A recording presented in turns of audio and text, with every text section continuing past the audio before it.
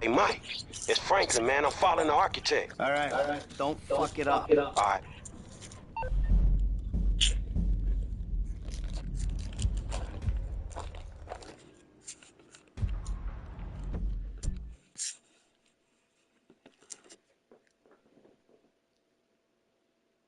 So this mission is really complex.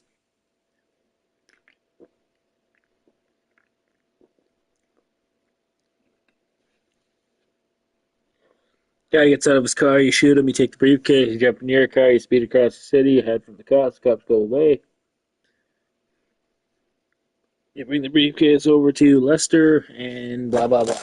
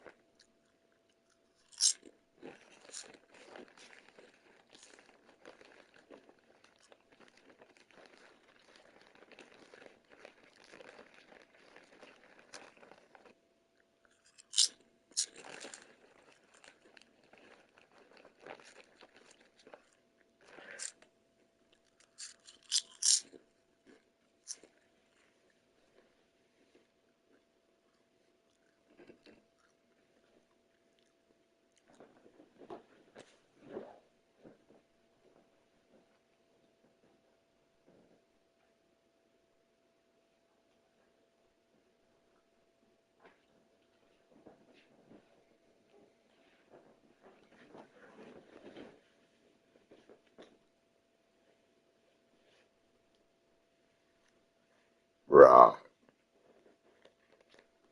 Bruh.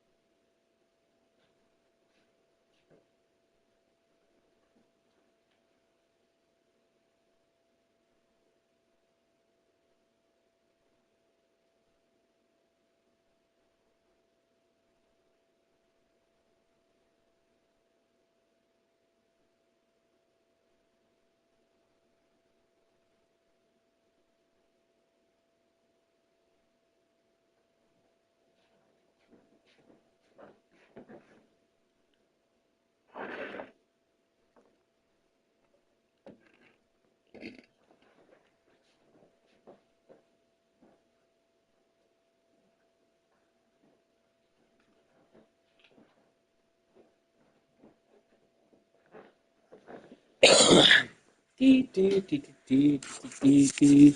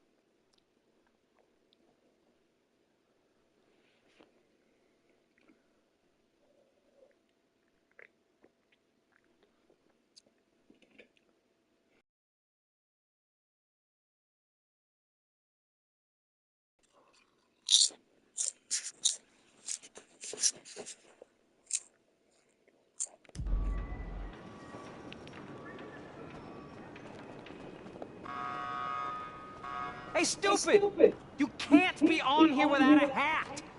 Yeah, thanks a lot. Silence!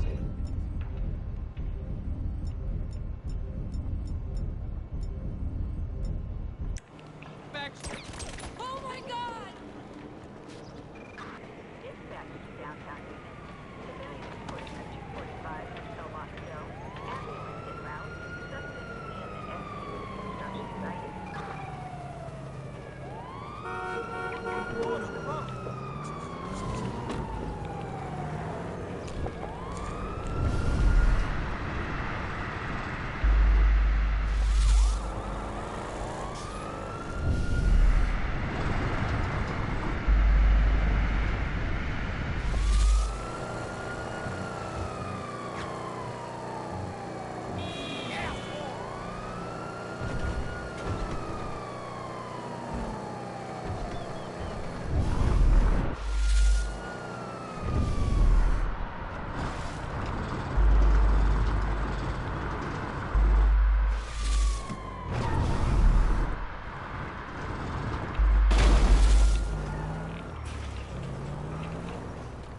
What brings you in today? You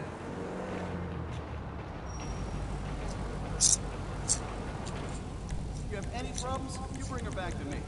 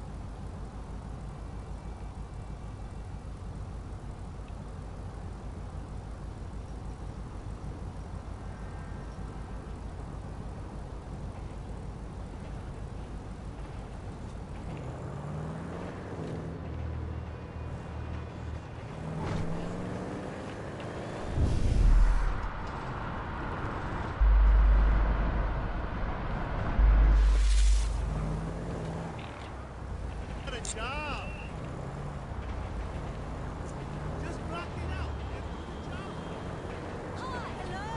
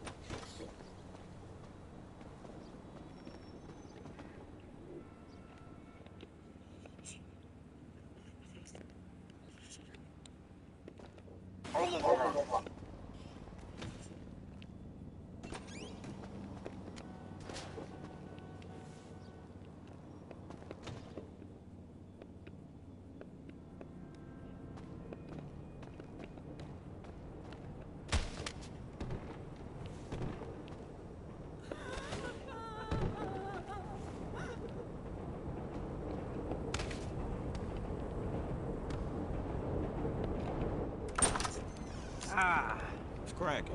Hey, you got him? Of course I do, homie. Here. thank you. So, all good? Sure, homie. So is this shit for real? We just gonna rob the FIB and be allowed to walk by your boys like that? Yeah, I don't fucking know. Probably not. All right, Lester, what do you got? I don't quite know yet. Give me a minute. I'm not a fucking computer. Oh. Oh. Oh, maybe I am. Here's what I think. We have two options. The new security software goes into containment mode in case of emergency, you know, earthquakes, mudslides, acts of God. So we can plant some fire bombs. They go bang! The emergency call goes out. We hijack it, show up as firemen, and then we grab the containment drive. Or we could hack the system on site. We'll go in by air. Hope we don't run into too much physical resistance. Sounds relaxing. Either bombing our office ran by a division of corrupt government psychos or defeating one of the world's most complex security systems using our worthless-ass ninja skills, huh? Yeah, eeny, meeny, miny, mo. If you favor the firebomb containment drive option, you'll go in with that janitor's ID you picked up.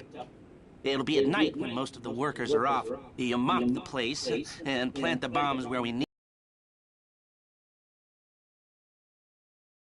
Yeah, you really do. They'll clock you on the cameras if you're play acting. You also need a fire truck to show up in when the bombs go off, and a getaway car stashed in a... And what about the other way, with the ninja skills? Now, you choose that route, you won't be using the janitor's gear, but we had to cover all the bases. Your FIB paymasters will have to provide you with a chopper and a pilot. Now, you fly way up above the building, parachute in, and gain access through the roof here. Now, you'll need to be armed to the teeth, mind you, just in case the shit goes down. Mopping or parachuting? Wow, you're making this choice really difficult.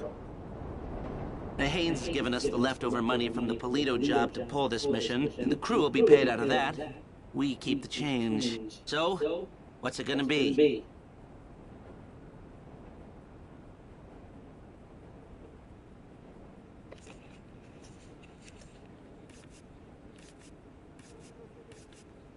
Of course.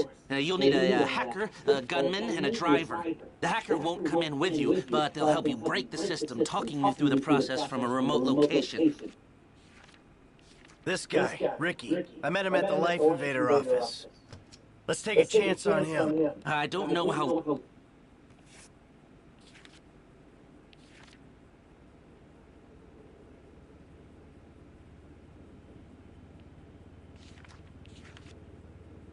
Ah, my lucky charm from the jewelry store.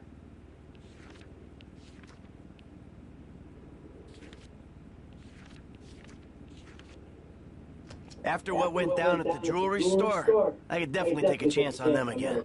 The driver will be waiting outside on getaway. They'll source a vehicle, so bear that in mind. They did a good Evangelico, remember? Okay. That all look good to you? You are robbing the FIB here. And we have a winner. I'll make the arrangements and call you when we're ready. All right, shit, hit me. You know, I'm still looking into that Union Depository gig. It's real interesting. But I don't know if we can do it without you-know-who. Well, as long as he can't do it without us. Okay.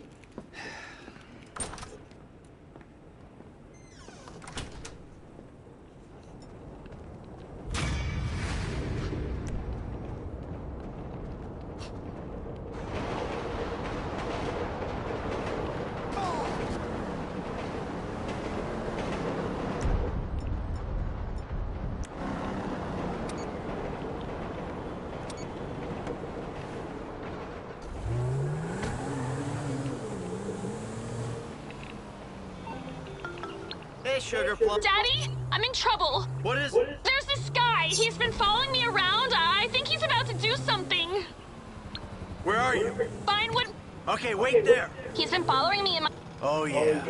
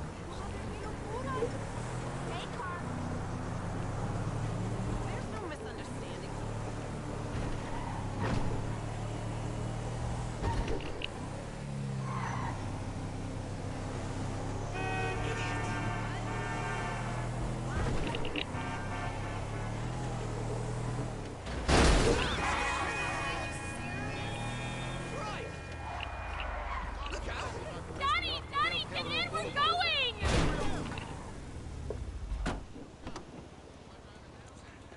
Let's see if we can find him.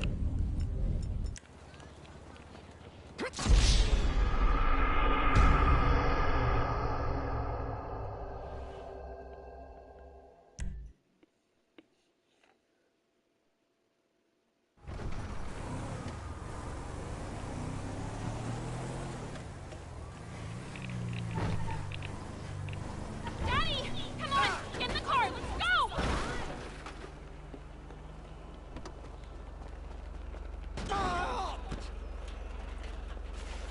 Let's go find him. I last saw him around the corner. Hawaiian Snow. We're looking for a guy in a purple convertible. I don't remember what make. Okay, I'll keep an eye out. Thanks, Daddy. Hey, what are dads for, huh? I mean, other than giving you money, putting a roof over your head, speaking to guys who ridicule you on TV. Passing out drunk in front of old movies, screaming at boys I'm dating, freaking out when a cop car drives past. Is he here? No, he's not around. We should try that motel opposite the big construction site. Where'd you meet this guy? At a signing? What are you signing? A pot petition? Now, you better not be taking out credit like your brother. You see him? I don't think so. Maybe we should look over at Cluck and Bell, Rockford Plaza. We found this prick?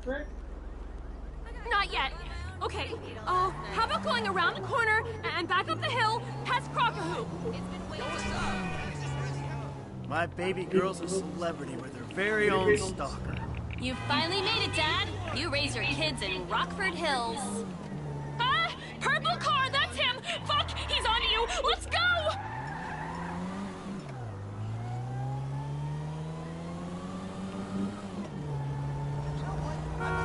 It's not so creepy when there's a grown man in the car. I swear he was gonna do something, Dad. Yeah, well now we're the ones who are gonna do something. All kinds of things. Hey, what are you running for, pal? Let's talk! Seriously! I didn't know she already had a sugar daddy! What the F, Pop? What's happening? Hey, creepo! I'm her father, not a sugar daddy! You've raised a great kid, Mr. Sucks. Very entrepreneurial. I didn't ask for Psycho, Dad! I'm sorry this happened to you, baby. There's some real creeps out there. Yeah, guys who go to strip clubs, use hookers. Hey, that ain't me! Anymore. How you like that? She's a lovely young woman. You've done a great job. Yeah, well, it's hard raising kids in this town. Come here, scumbag! D-A-D-WTF!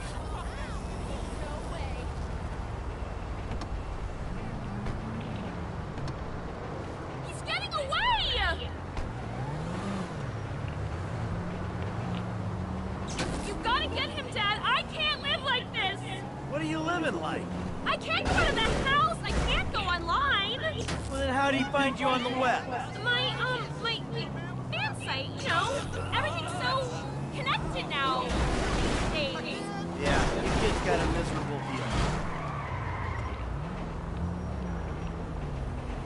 You should have told me you were in one of those moods.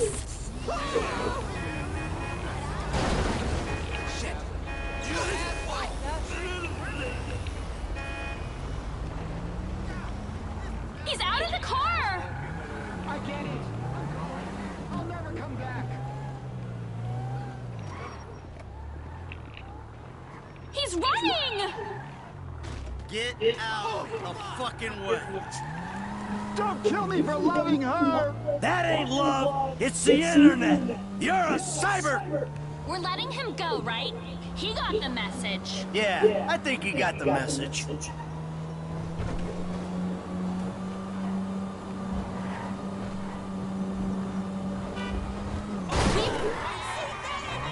Dealt with that crazy. You don't have to drive like a maniac. I'm a little keyed up, okay? I need to wind down. Maybe speeding and hitting people and swerving all over the place isn't the best way to relax. Just saying. Hashtag. Maybe it's the quickest way to get somewhere where I can relax. Where? The grave? Death row? I know what I'm doing, baby. Hey! Just calm down. I think you're the one who needs to calm down, you maniac. No wonder I need medicating. Let's just say it don't look like he's gonna turn up at your next fan club AGM. The fan club's gone national. That's amazing PR, Pop. I might... Hey, stop it. Be careful next time. Would you mind if I leaked this? Mind if I leaked this? Leaked what? I thought we had you potty trained 2 decades ago. Ew, I meant bleed it or something. No bleeder, no life invader, no whatever else you got. Being this public with your life is what got you into this situation. But it'll really boost my profile. You got creeps stalking you. I'd say your profile is plenty boosted already. Lean on it. Your neighbors will love you. Is everything okay with you? Like, no one's about to kill you, are they? No one wants to kill me. What about... All right. Some people want to kill me, but they're not gonna. Hey, you think I'm gonna cash out just when one of my kids is starting to do so well? I find your sarcasm really supportive. I'm sorry. Just stop doing stupid things. Please. That's funny coming from you. Do what I say, not what I do. We've been over this 100 times. You got great taste.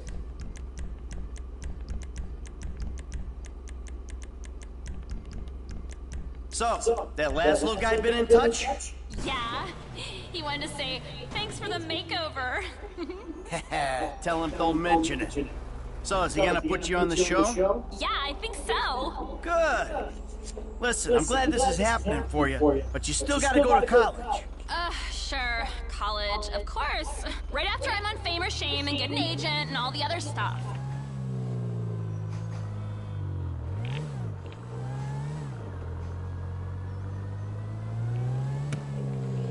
You look like you've been working out. Está bien.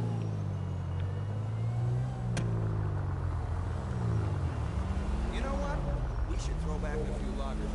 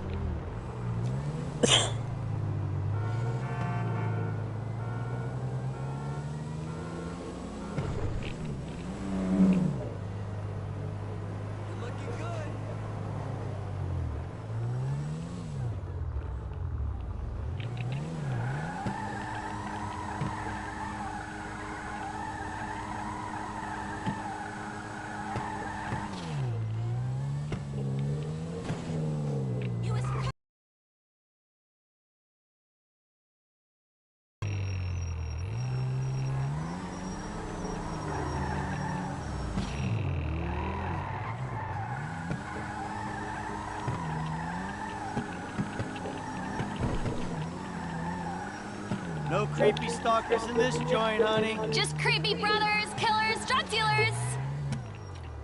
Thanks, Daddy. Bye. I'm glad I could use my paternal arrangement.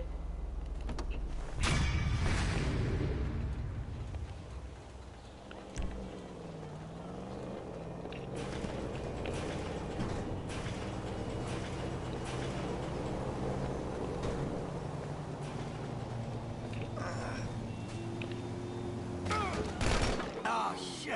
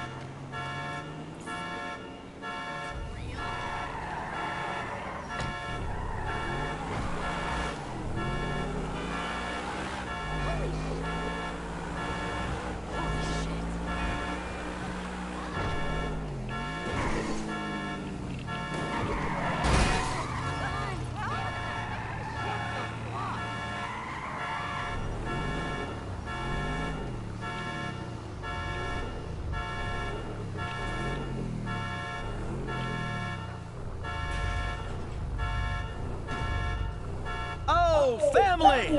I'm home!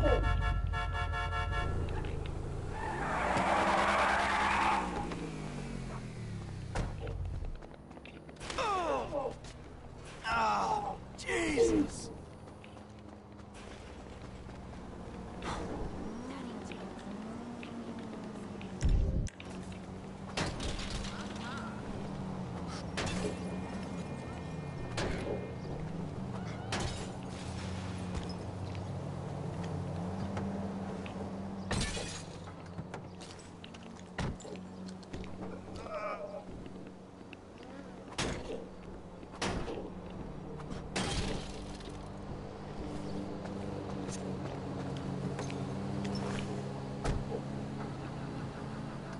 Come on!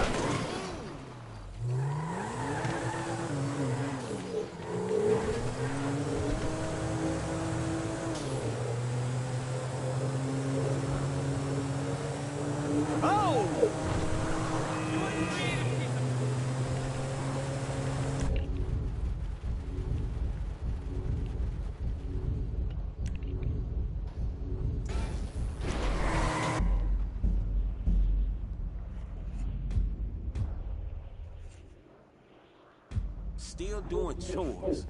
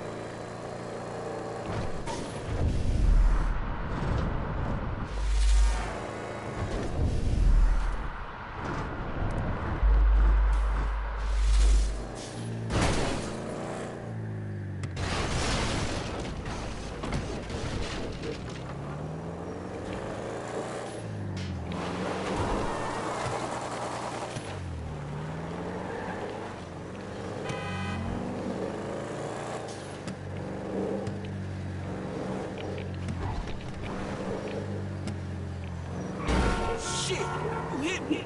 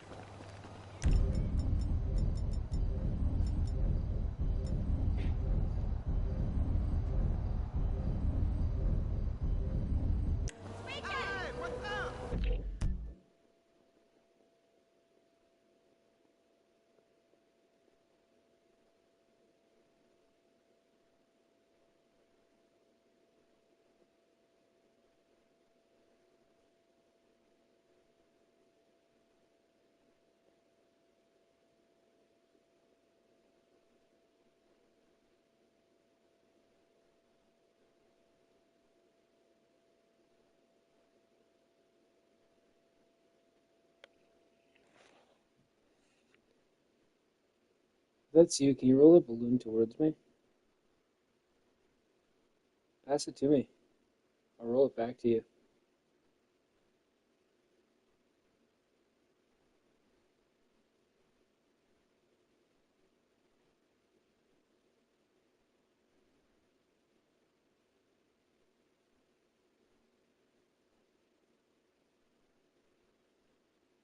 Pass me the balloon.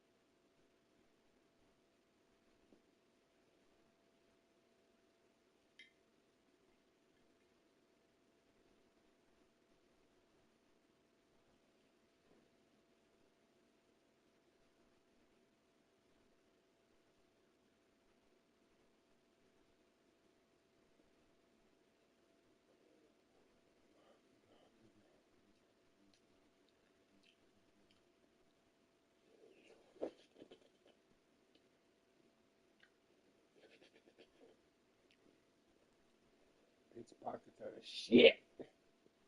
Funny.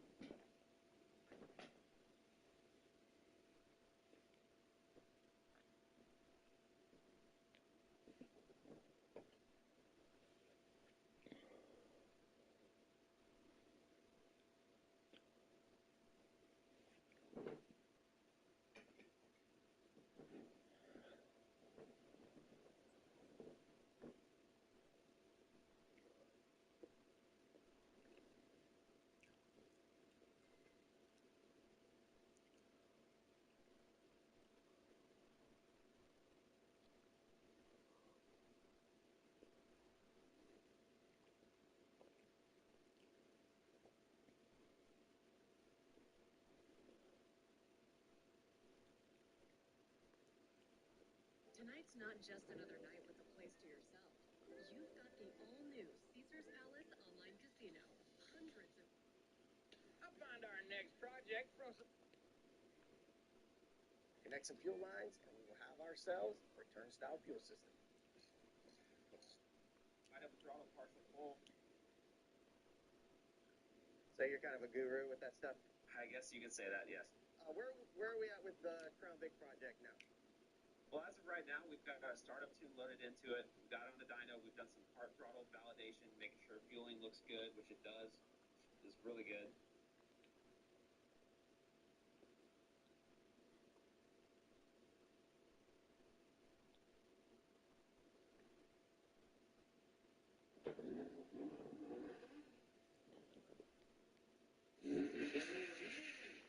Hell yeah, brother.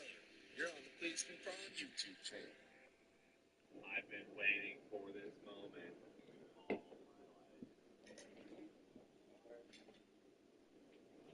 Raise the hurt on.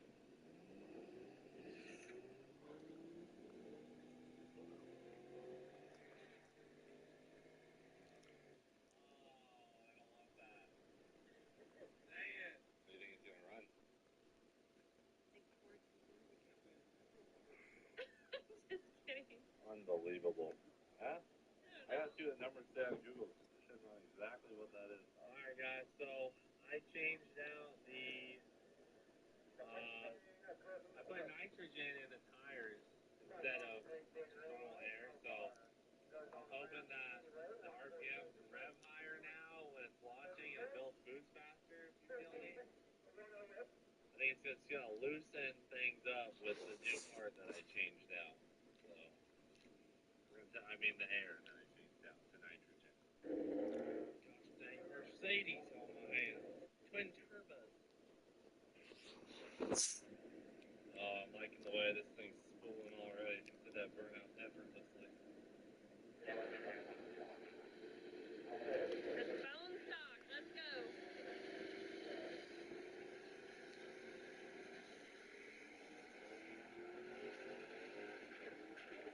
Oh, shoot.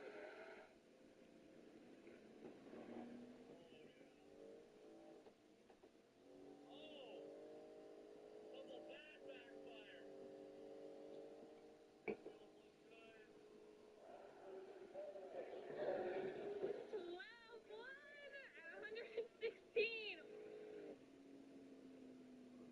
Freaking backfire, dude. What the heck is up with the freaking Marauder backfire? It's like hitting the brakes when it does that. Talk to the dealership about it. Oh, what the heck? I don't know if there's some sort of exhaust leak. Yeah, is there something wrong with it? I'm not a car girl, so I don't know. What is that? It's for the air conditioner.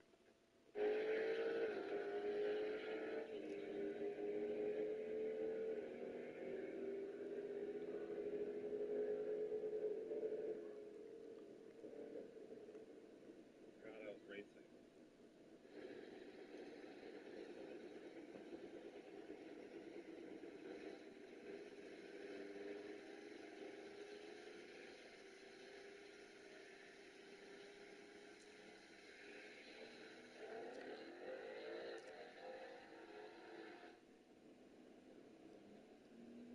Yes, Colton. Yes. See you later, Mustang. Oh, come on.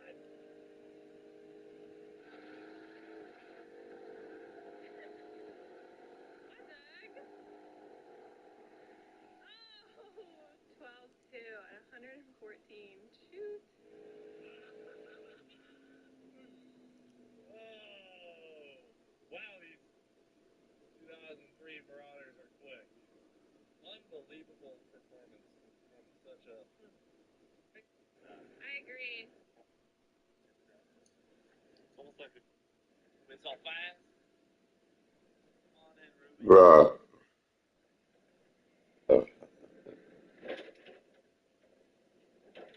Oh, dude. What a bay. That, you can pull the forklift right through. Doing it for real. Does that take you about 6 minutes and a half? 6.5 minutes? Yeah, about 6 3/4 minutes. It's that, dude. What the hell is that? It's almost like we've done this 46 times.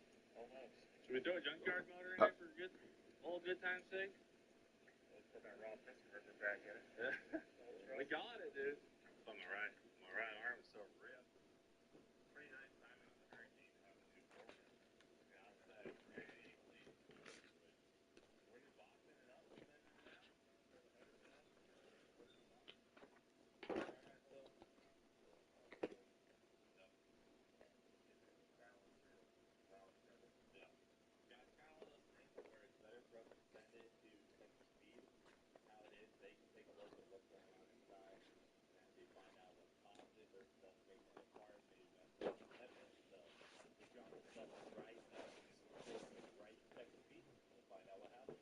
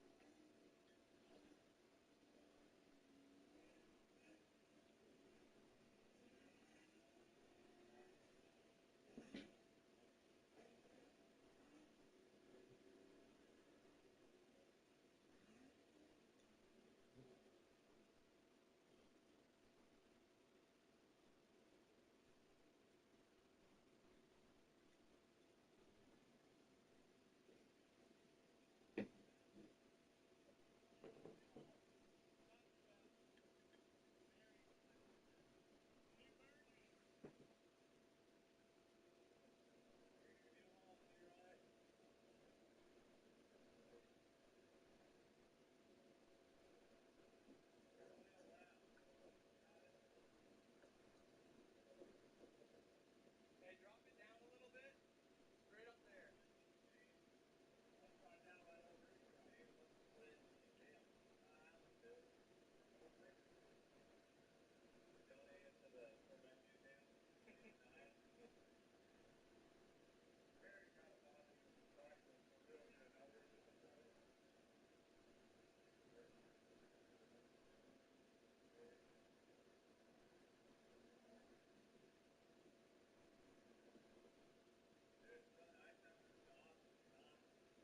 you can't even use the main forklift. Normally it's like 10 minutes of forklift use and it's like 30 minutes of moving stuff so you can get to it. There's so much room for activity. Then over here we have Donnie's transmission because this thing needs to get serviced. I messed up reversing it because I didn't have the shifter adjusted right. So Donnie's transmission's going out, Leroy's transmission's going out, and then we also have the transmission that we originally broke in Donnie, broke the output shaft off around here somewhere. That's Donnie's core, so we're gonna send that out. What's it been like working in the new shop? Keep going out one engine. What's it been like? Breeze. Got roof? Yeah, there is actual breeze. Yeah. Got everything organized, cleaned up. We'll get this ordered. It's just went out there and put the back pad. Yeah. Now we're gonna tear down and put it high out. Yeah, don't worry about that. I did that by design. You'll get that over there. Yeah. So guys, check this out. Over yonder, we got some new machines. You will see we have a lathe,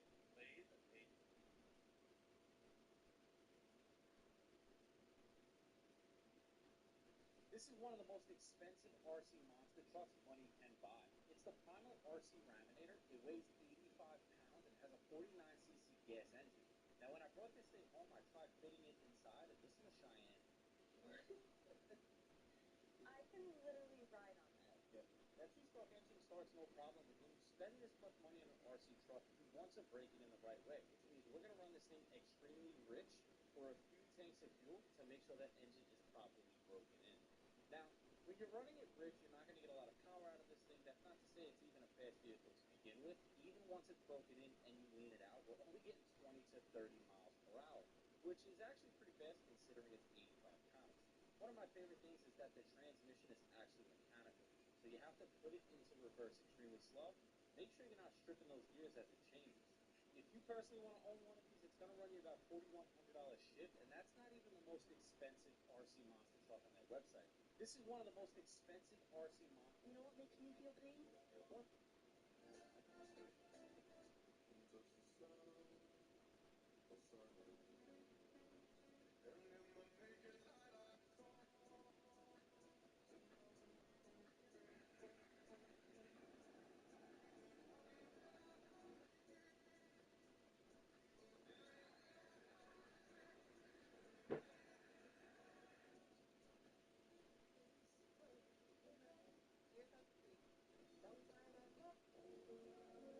In terms of pickups with this engine, a lot of them fall with the newer models of the first generation, the 2015 and 2017.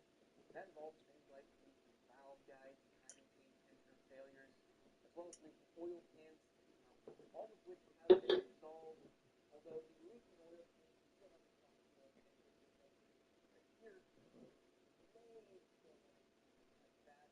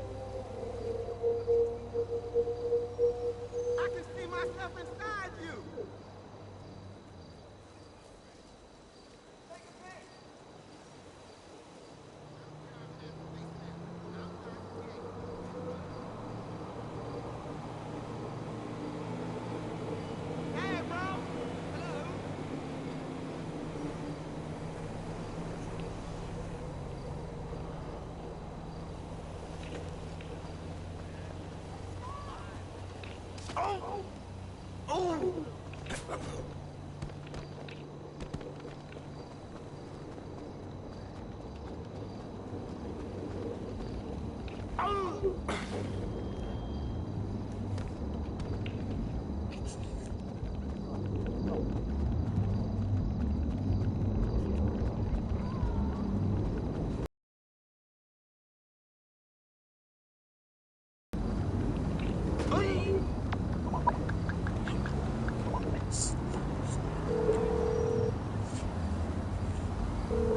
On its way, sir.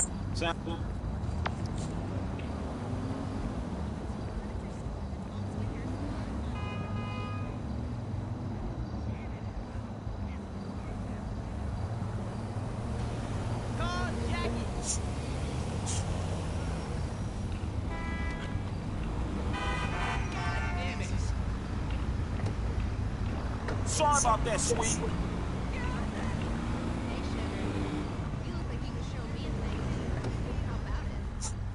Where you headed, homie? Rockford Hills. Come on, let's go.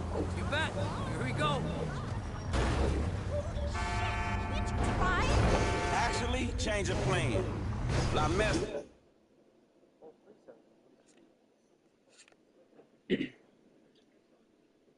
That's the ride, my man.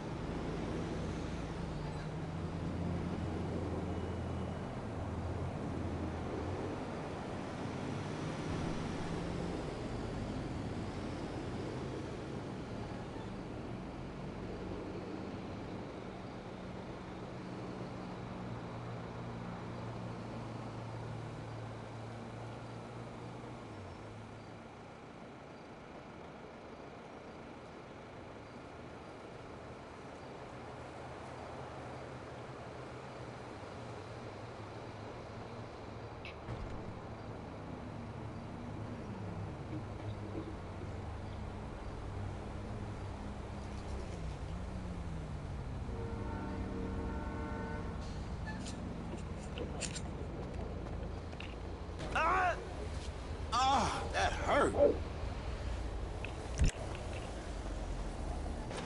You're a good man and a great father, really. It's more like it. Hey, what's up, y'all? Hey. So what y'all talking about? The internet age. The internet age? Oh, yeah. Man, ain't we got a highly defended federal building to fucking rob? Yes, we do. Let's get after it. I'm gonna miss this place.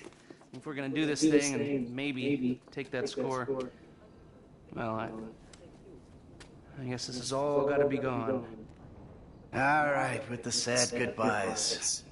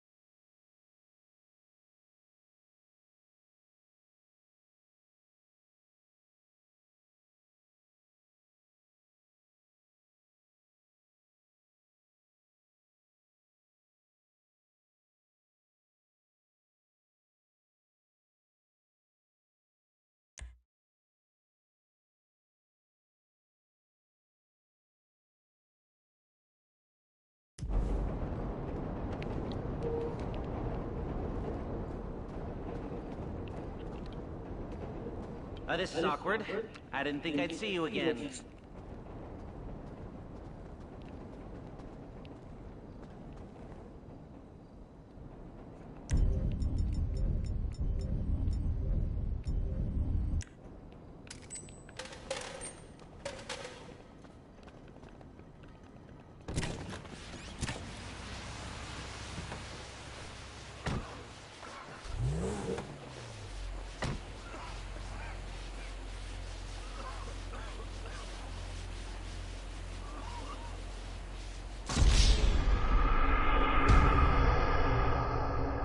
Lester dead. All right, with the sad goodbyes.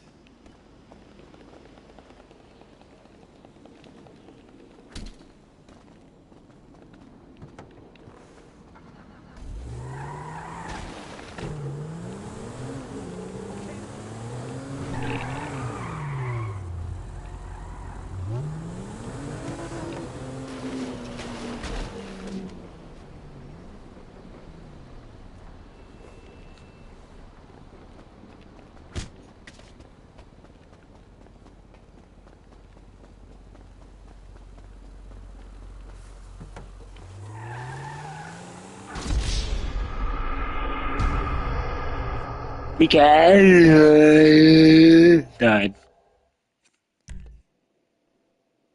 All right, with the sad goodbyes.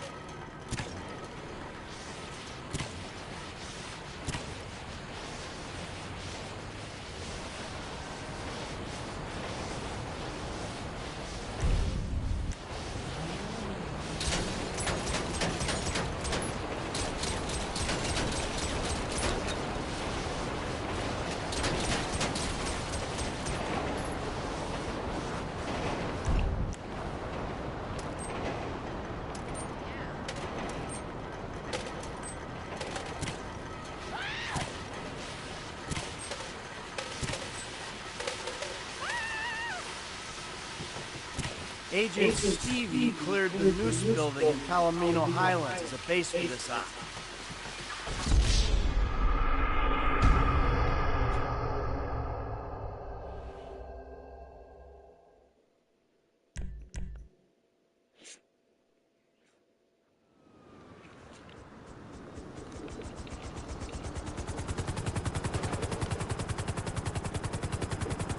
I'm gonna take us up to the jump spot.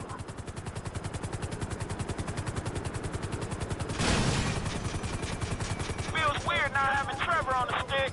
Feels okay to me. He might be a better pilot, but I'm less inclined to kill you in your sleep. Shit, that ain't what he says. Okay, I'm less inclined to stab you in the face and then do funny things to your corpse.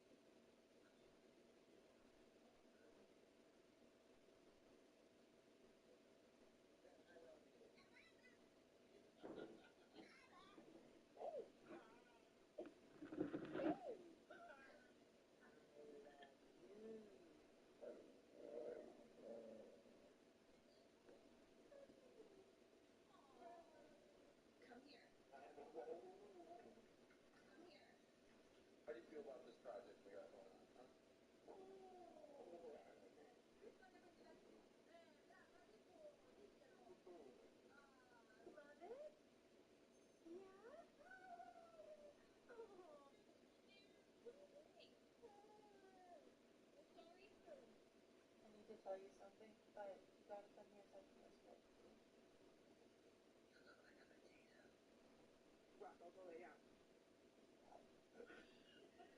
Can you sit down and listen? No? Can you say thank you? Huh? You're supposed to leave me alone. Leave me alone. Leave me alone.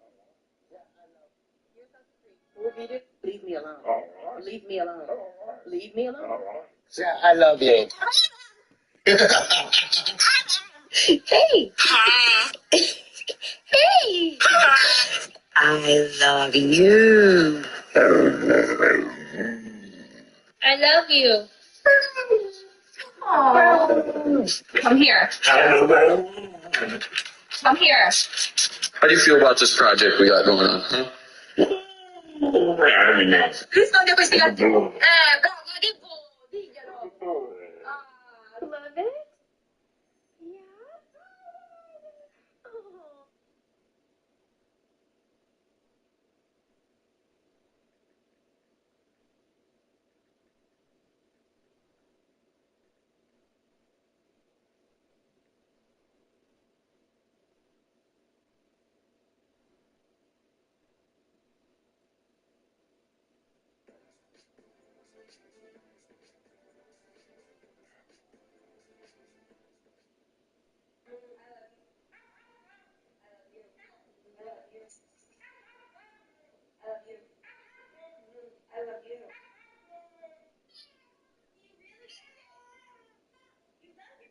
We're going to the dog park. Yeah, we're going to go to the dog park.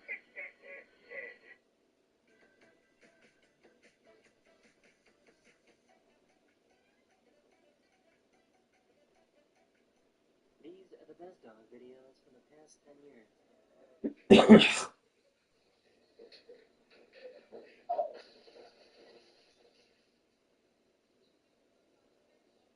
So, you want to go bang?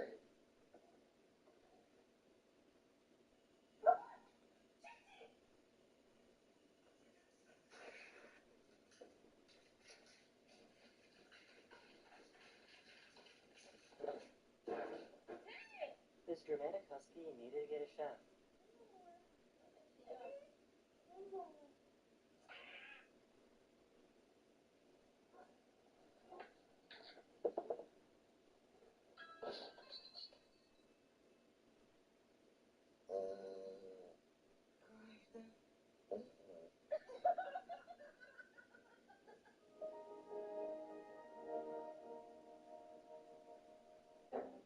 Bark at your dog.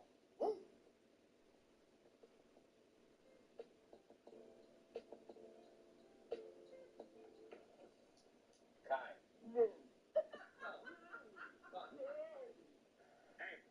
Hey, boy. What's up?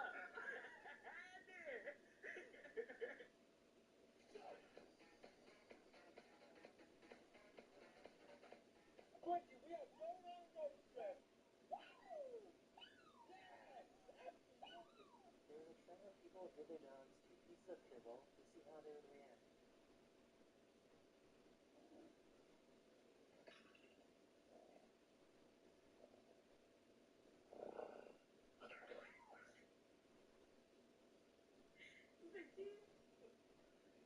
They were so proud of showing off the stick that they found.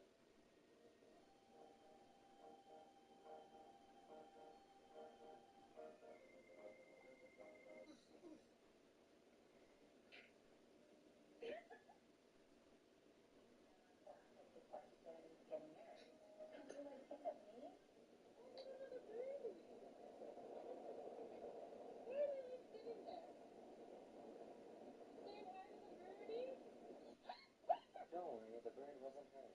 Excuse me, what is your opinion on the current state of the pandemic? Thank you.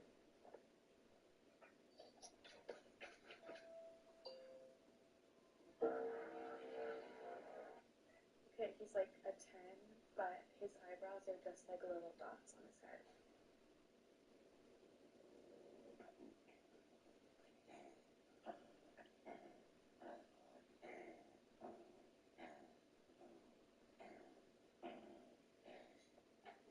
You are so honestly. You're gonna, you know what? Next summer you're gonna be wearing your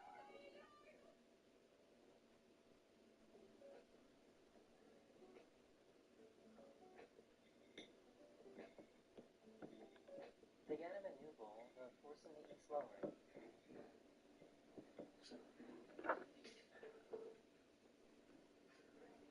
How do I relax? Well, I come home and I pet my dog. You see, petting your dog is one of the most relaxing things you can possibly do. It releases a hormone called oxytocin, which reduces stress.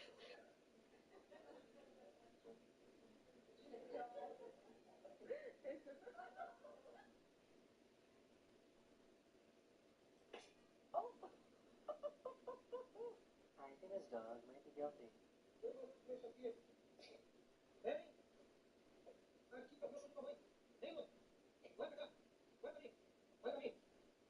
What in your house?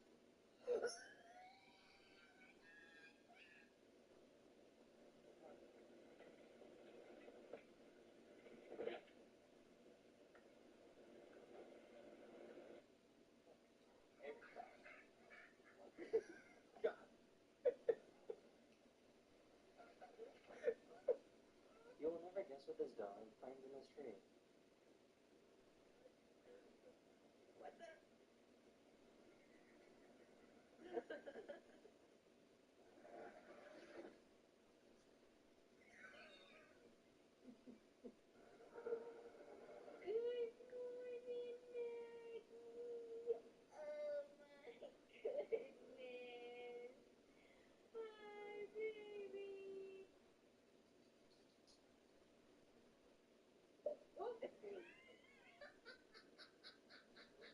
This dog is waking up from anesthesia and started glitching.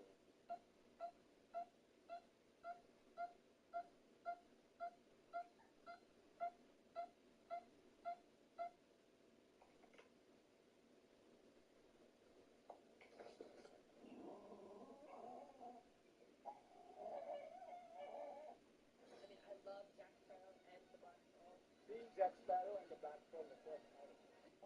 You're adopted. Yeah. You're not mine. You're adopted. Yeah.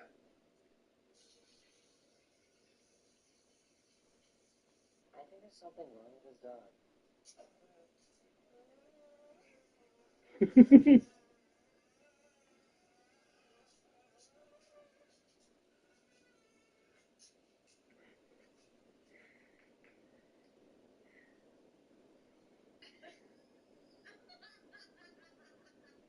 Duncan.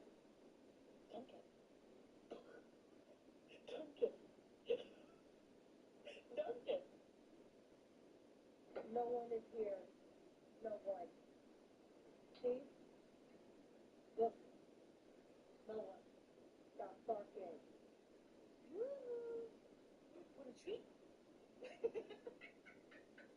They wanted him to try sparkling water for the very first time.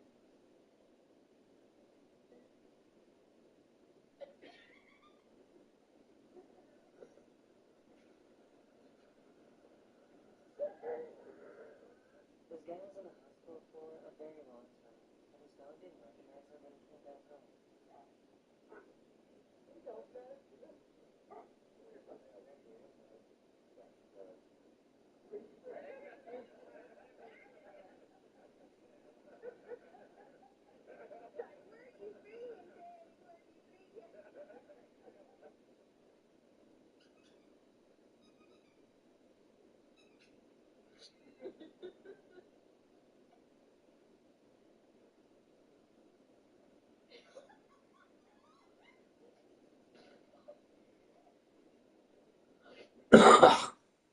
I have never heard a dog with a British accent before.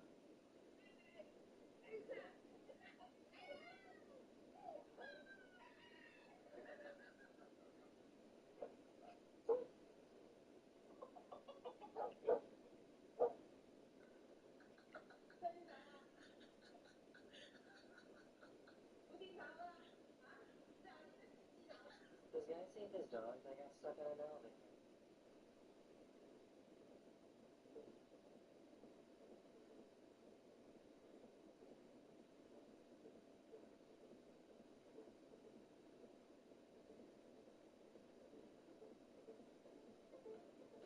See, come see what it is. Come see what it is. Don't bite it. No. Be sweet.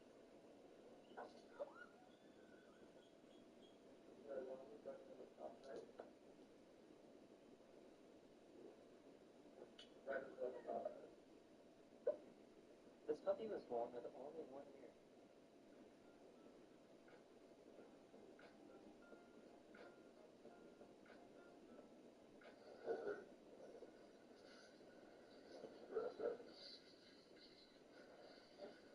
He was upset that his big brother wasn't waking up.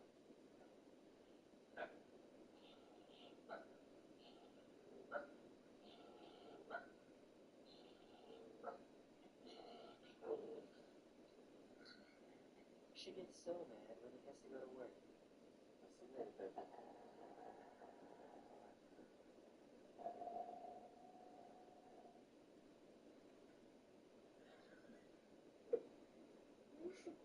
What are you doing, buddy?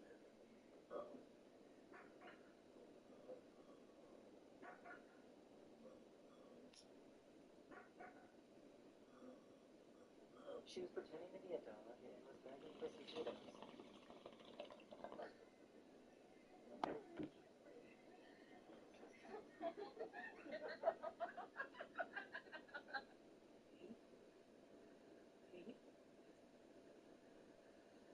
Okay. These are the 25 creepiest facts in GTA 5, and I searched hours to find the most unknown facts. So if you know more than 10 of these, then you're a certified nerd. Number 1, there's a bunker underwater that something lives in.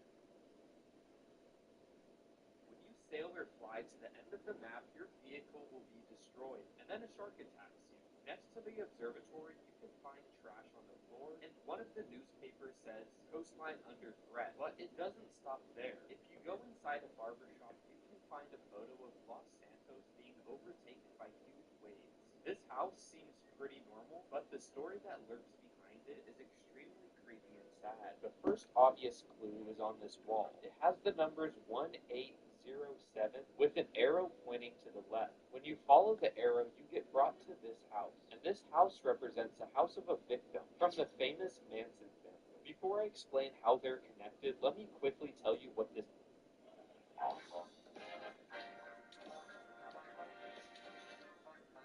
family is. The Manson family was a group of people led by Charles Manson that committed a series of murders in Los Angeles, including a pregnant actress named Sharon Tate. The 18 within the number represents the average number of members in the Manson family, and the 7 represents how many murders Charles Manson was convicted for in real life. If you still aren't convinced, here's the house in game, and here's Sharon Tate's old house in real life. The last creepy thing about this house is the people in the backyard don't act normal. When you bump into them, they instantly die and everyone else gets scared. If you play GTA 5, you know this isn't how normal NPCs act. So what do you think? Moving on, there's a message that says, ain't no mystery they drowned her because of what she knew. This isn't just a threatening message, it gets deeper than that. Because the body can be found underwater at this location. In the mountains, there's this cult called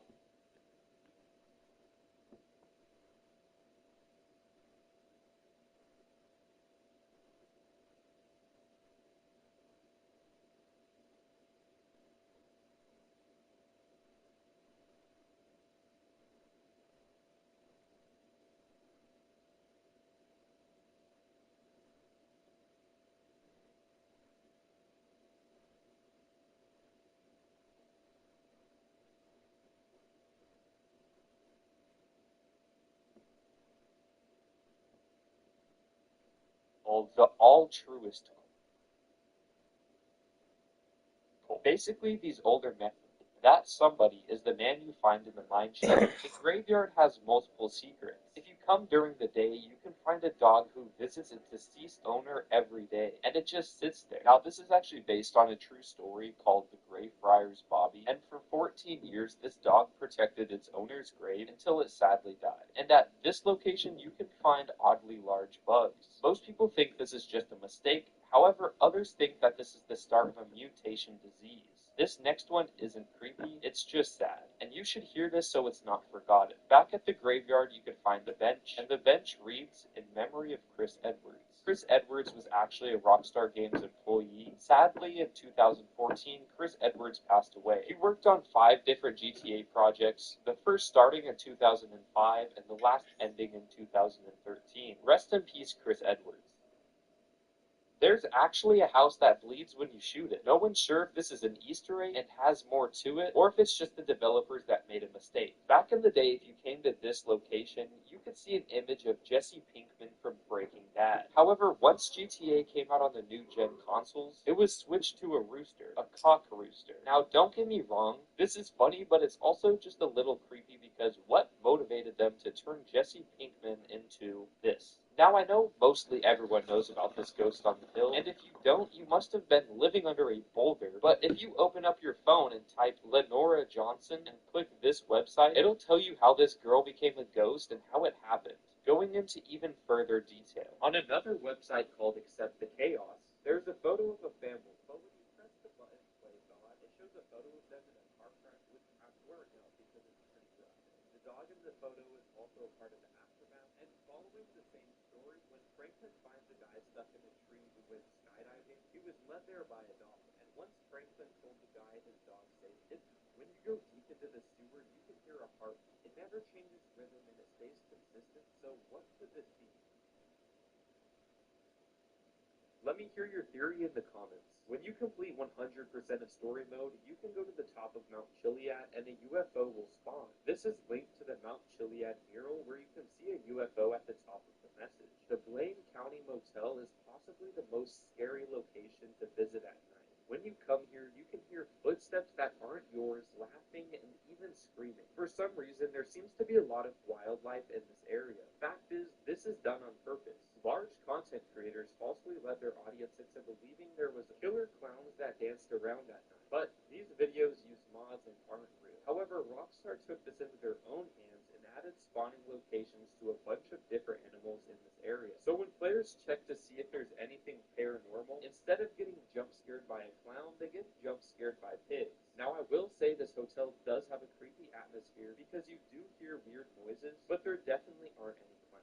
At this location, you could find a cave with a lit fire and a skull. No one knows why it's here, but it belongs to the altruist cult. And you can tell because the paintings are the same ones that you could find at the camp. This house doesn't bleed like the other one, but if you go here at night, you could look into the windows, and you'll be able to see blood that's already on the window. It's possible that the other house bleeding is just a glitch, but these bloodstains are already here, meaning they got implemented for a reason. People say this is the scariest house in the game. Others report that they've seen this house on fire at night, as well as hearing screaming coming from within the house. These haven't been proven, but when I investigated it for myself, I found something very odd. When I entered the bathroom of the house, the only part you could go into, I was looking at the walls and I noticed a design that looked like a face. This might be my imagination, but I've never seen anything even similar to a face on a house. Fact is, this house is creepy. The Illuminati eye is seen throughout the majority of the map. You can find 2 posters of it in Lester's house, Franklin's original house, and it's even one of the largest company logos in the game. So if you find any more, let me know. The very first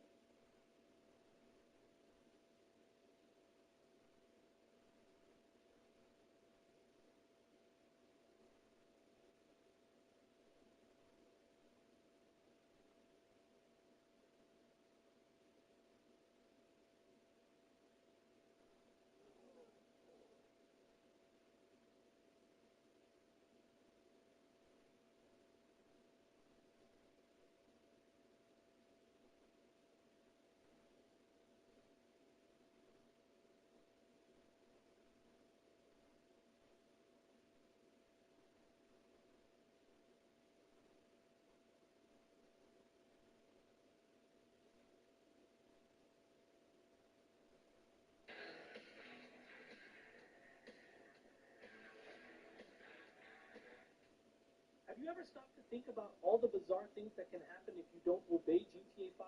All kinds of mission failures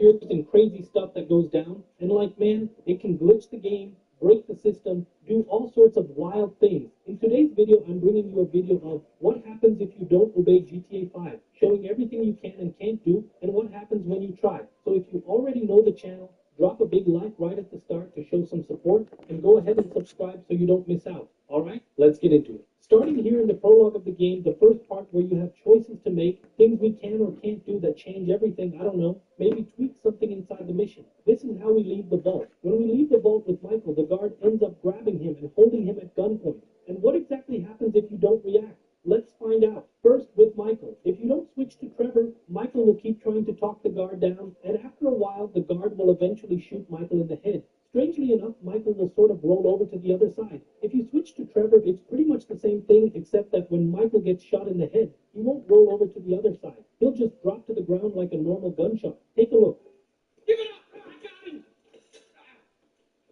I saw your face. I'll remember you. You forget 1,000 things every day. How about you make sure this is one of them? I've seen his eyes. He's crazy. No one's crazy. I think. Be cool. That's it, pal. I'm fucking crazy. Oh, boy. All right, look, you want to live? Tell me you want to live. We'll work this out. For sure I want to live. Don't put the gun down. Ain't gonna happen, pal. Make a move. I got all day. Looks like the cavalry ain't gonna show, pal.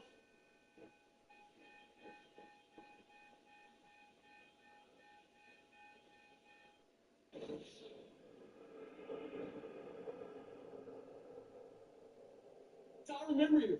You forget 1,000 things every day. How about you make sure this is one of them? I've seen his eyes.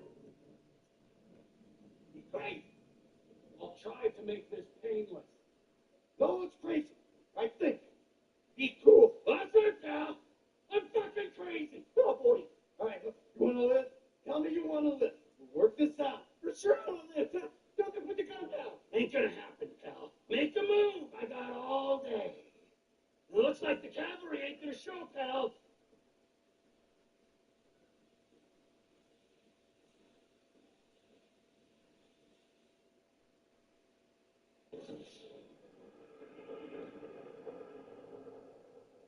Besides that, in this mission, you can also try to escape, right? Through another route, because we know that on the normal path, there's the train. The train is going to hit the car, and, well, it's going to wreck it. The cutscene will play and all that, and here's the thing. What happens if you go off route? So I tried getting out through the checkpoint, and the mission failed instantly. I tried taking another path along the train tracks, and the mission failed again. Then I tried at least killing these cops.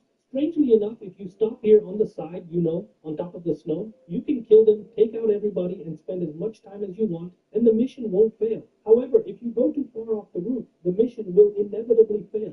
Jumping now to the Franklin and Lamar mission, which is the second mission in the game, we start here by stealing these cars. And what happens if we don't choose a car? Let's find out. First thing, if you just stand around on the street, nothing will really happen. But if you stay near the cars, Lamar will start throwing some lines at you like, you're going to lose my respect, or you're going to lose your right to choose, things like that, that kind of vibe. And if you still don't pick one, Lamar will pretty much end up choosing for you. He'll take the red car, leaving you with only the white one. Besides that, there's another detail. In this mission, if you get in the car and just stay there without accelerating to follow Lamar, the owner of the car, the actual owner of the vehicle, will come after you for a fight. You can beat him up and the mission won't fail. So go all in. The mission will only fail if you leave Lamar behind. That's a crazy little detail, man. I bet most people never notice this because normally as soon as you get in the car, you just speed off, right? Nobody even sees that there's an NPC running after you. I tested two things at the dealership. First thing I wanted to check, would the mission fail or not? I totally wrecked the car, man. I crashed it all over, left it completely smashed up. The car barely made it there.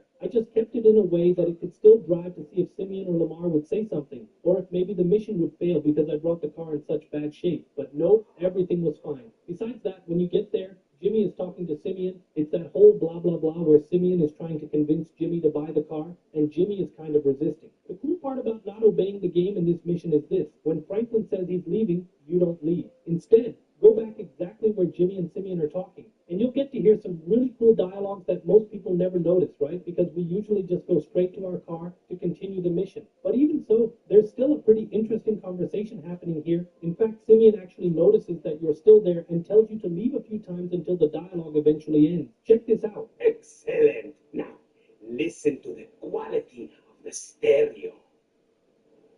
No, it's too much for you. You need a compact. Whoa, no way, man. Compact? I'm a high roller. SUV guy? I just need time to think. This is the problem. Only the weak use their brains. The strong use their balls. You're a time waster. I should charge you for my time. How much I say per month? Double it. Whoa, I want it, okay? I just don't have much collateral. We take a cash deposit, and your word you can meet the weekly payments. Weekly? I thought it was monthly payments. Weekly, monthly, it doesn't matter. You are not a serious customer. Whoa, I'm serious, bro. Deadly. Church, bro. Show me where to sign.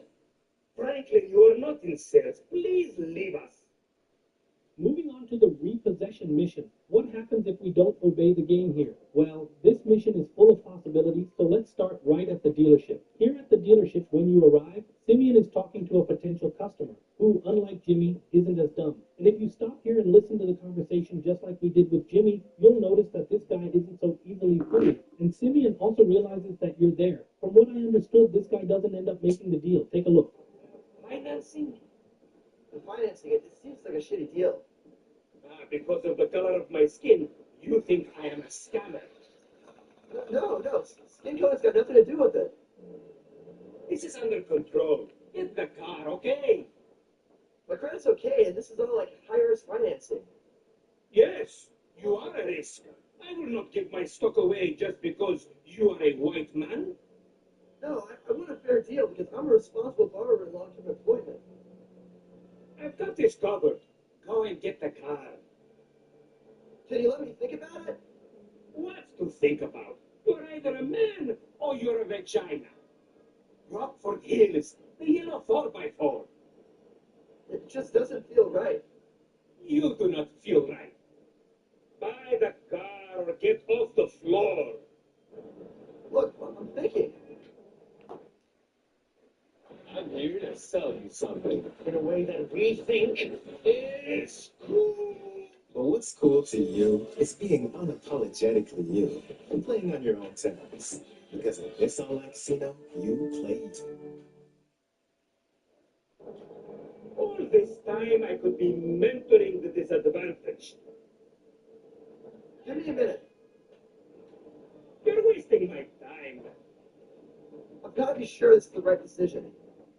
Perhaps a rich idiot like you can waste the day, but I have children to feed. Decide. Can you speak to another customer and come back to me? The second detail here is that when you arrive at Michael's house, the game tells you to sneak in, take down the gardener, maybe do a stealth takedown from behind or something, but that's not necessary at all.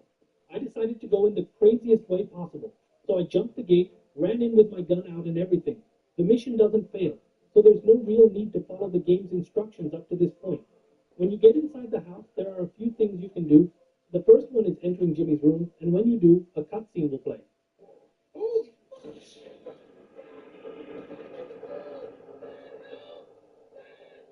After entering Jimmy's room, you can also enter Tracy's room, but if you do, the mission fails, obviously. Then you have to restart the mission, but if you go into Tracy's room, there's also another dialogue. Take a look.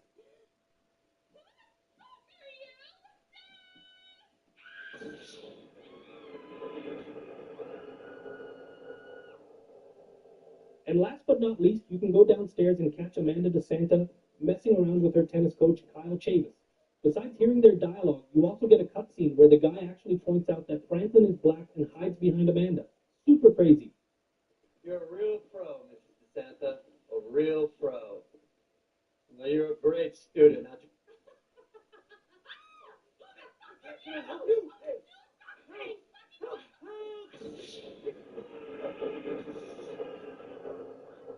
After leaving Michael's house, there are still two more things you can do by not following the game's instructions. The first one is ignoring Michael's directions. Michael tells you to keep driving to the intended destination. But if you decide to go really far away, and I mean really far, like almost all the way to Fort Zancudo, a secret cutscene will trigger. In this scene, Michael realizes that Franklin isn't taking him anywhere and knocks him out with a pistol whip. This don't look like the way to no credit out for me. Shit, man, with traffic and all this way, it's fast. Don't move, kid.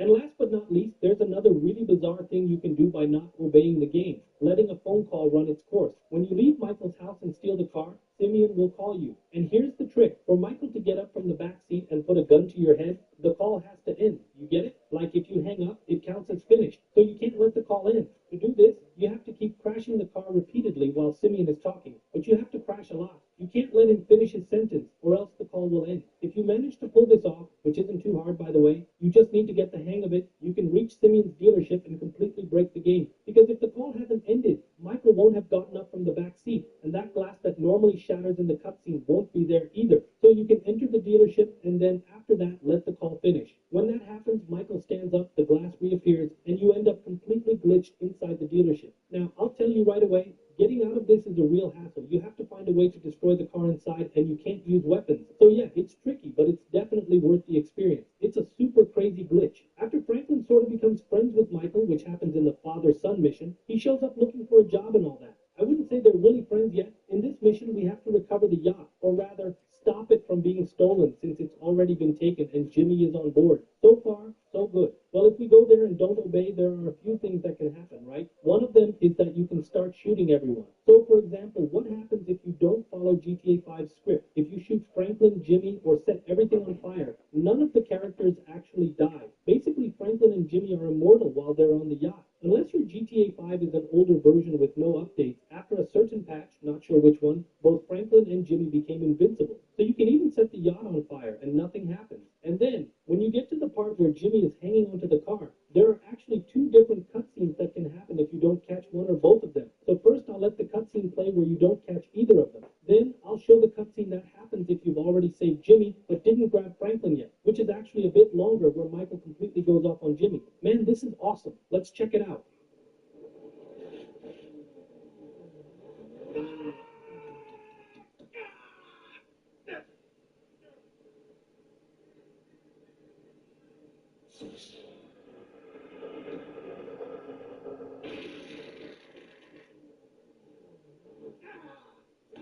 Don't be all butthurt. At least you got me out of there.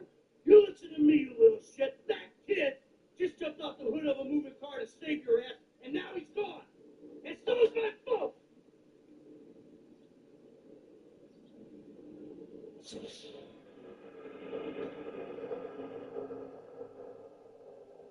The last mission we're going to explore here is Daddy's Little Girl, which is that yacht mission, the one where Tracy shows just how innocent she really is. Now, when you get to this mission before reaching the yacht, there isn't much difference if you don't go straight to it. But once you do, a cutscene triggers, where the big guy and the other dude on jet skis start chasing you. Up until that point, nothing too special happens. So, what do? Jump into the water, swim to a boat, or head straight to the beach. Once you're on the beach, grab a helicopter and fly over the yacht, just like I'm doing here. Coming in from above, nice and quiet. You'll need a silenced weapon. Now we take out these two NPCs up here, and this is where it gets funny. These two guys who are supposed to chase you in the jet ski scene are actually duplicated down below. Or wait, is it just the big guy that's duplicated? I don't remember exactly. So after killing those two guys on top, the mission gets completely glitched, man. Then you can go down to the party area on the yacht where Tracy is dancing and everyone is just chilling, as if nothing happened. Nobody even notices Michael is there. You can even start shooting people and nothing happens. You can kill Tracy and the mission won't fail, which is just bizarre.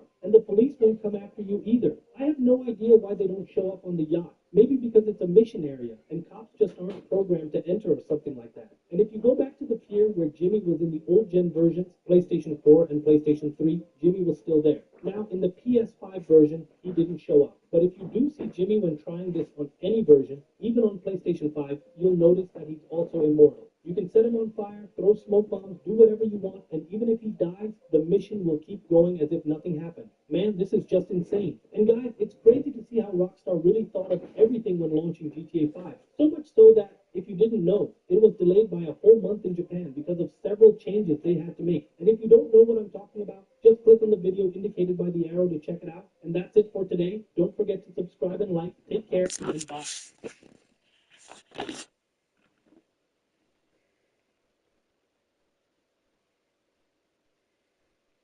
My grandmother.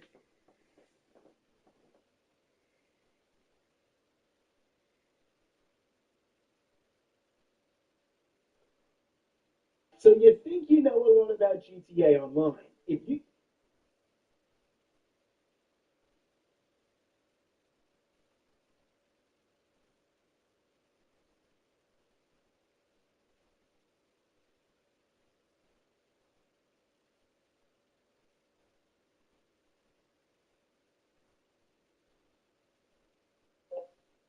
What happens if you killed Michael and Trevor in GTA 5? Getting that from YouTube.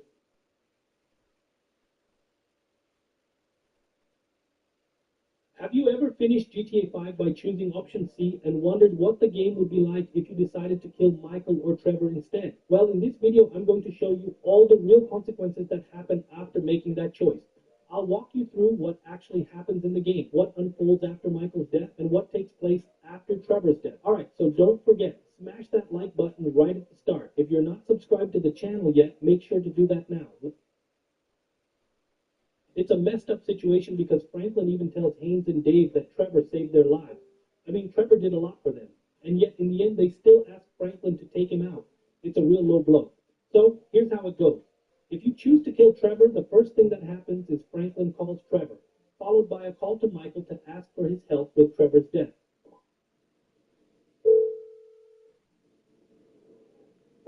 Franklin, what's up? Shit, what's cracking, homie? We need to talk, but somewhere quiet, all right? Yeah, sure, man. Whatever you need. How about one of those empty lots off El Burro on the east side of town? Yeah, all right, homie. Look, I'll meet you there, all right?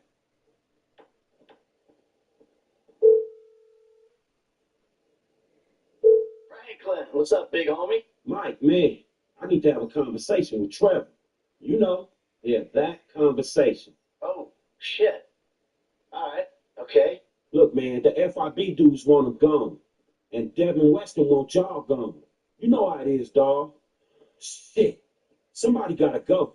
Well, it ain't fucking me. Exactly, man. Look, we meeting at a Borough Heights. So you think you can help me? I don't know. That sounds like it's your thing, Frank. I'll see what I can do. Right after Franklin dials Michael to ask for backup, Michael doesn't give a straight yes or no. He says he'll see what he can do, but makes it clear that this is Franklin's problem, not his, since he doesn't want to get involved. The mission starts, and everything unfolds as we already know, but let's focus on what happens after Trevor's death. The first thing that happens is Michael has something like a breakdown. He starts giving Franklin a lecture, trying to justify why he went along with killing Trevor, who was his best friend. It's time you grow the fuck up. I mean, I admit, I'm a bad piece of work, but that guy, that piece of shit, no boundaries, no sense of when to back off, no nothing.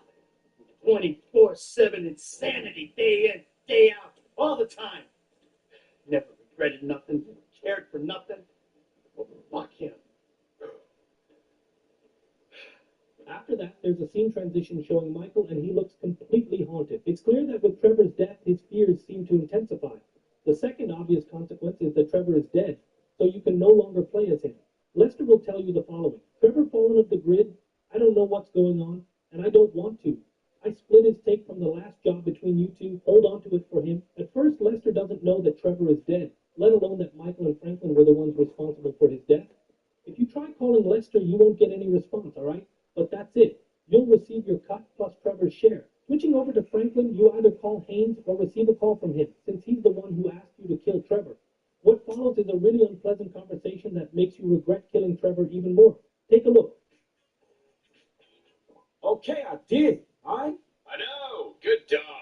Look, man, Devin Weston came to talk to me.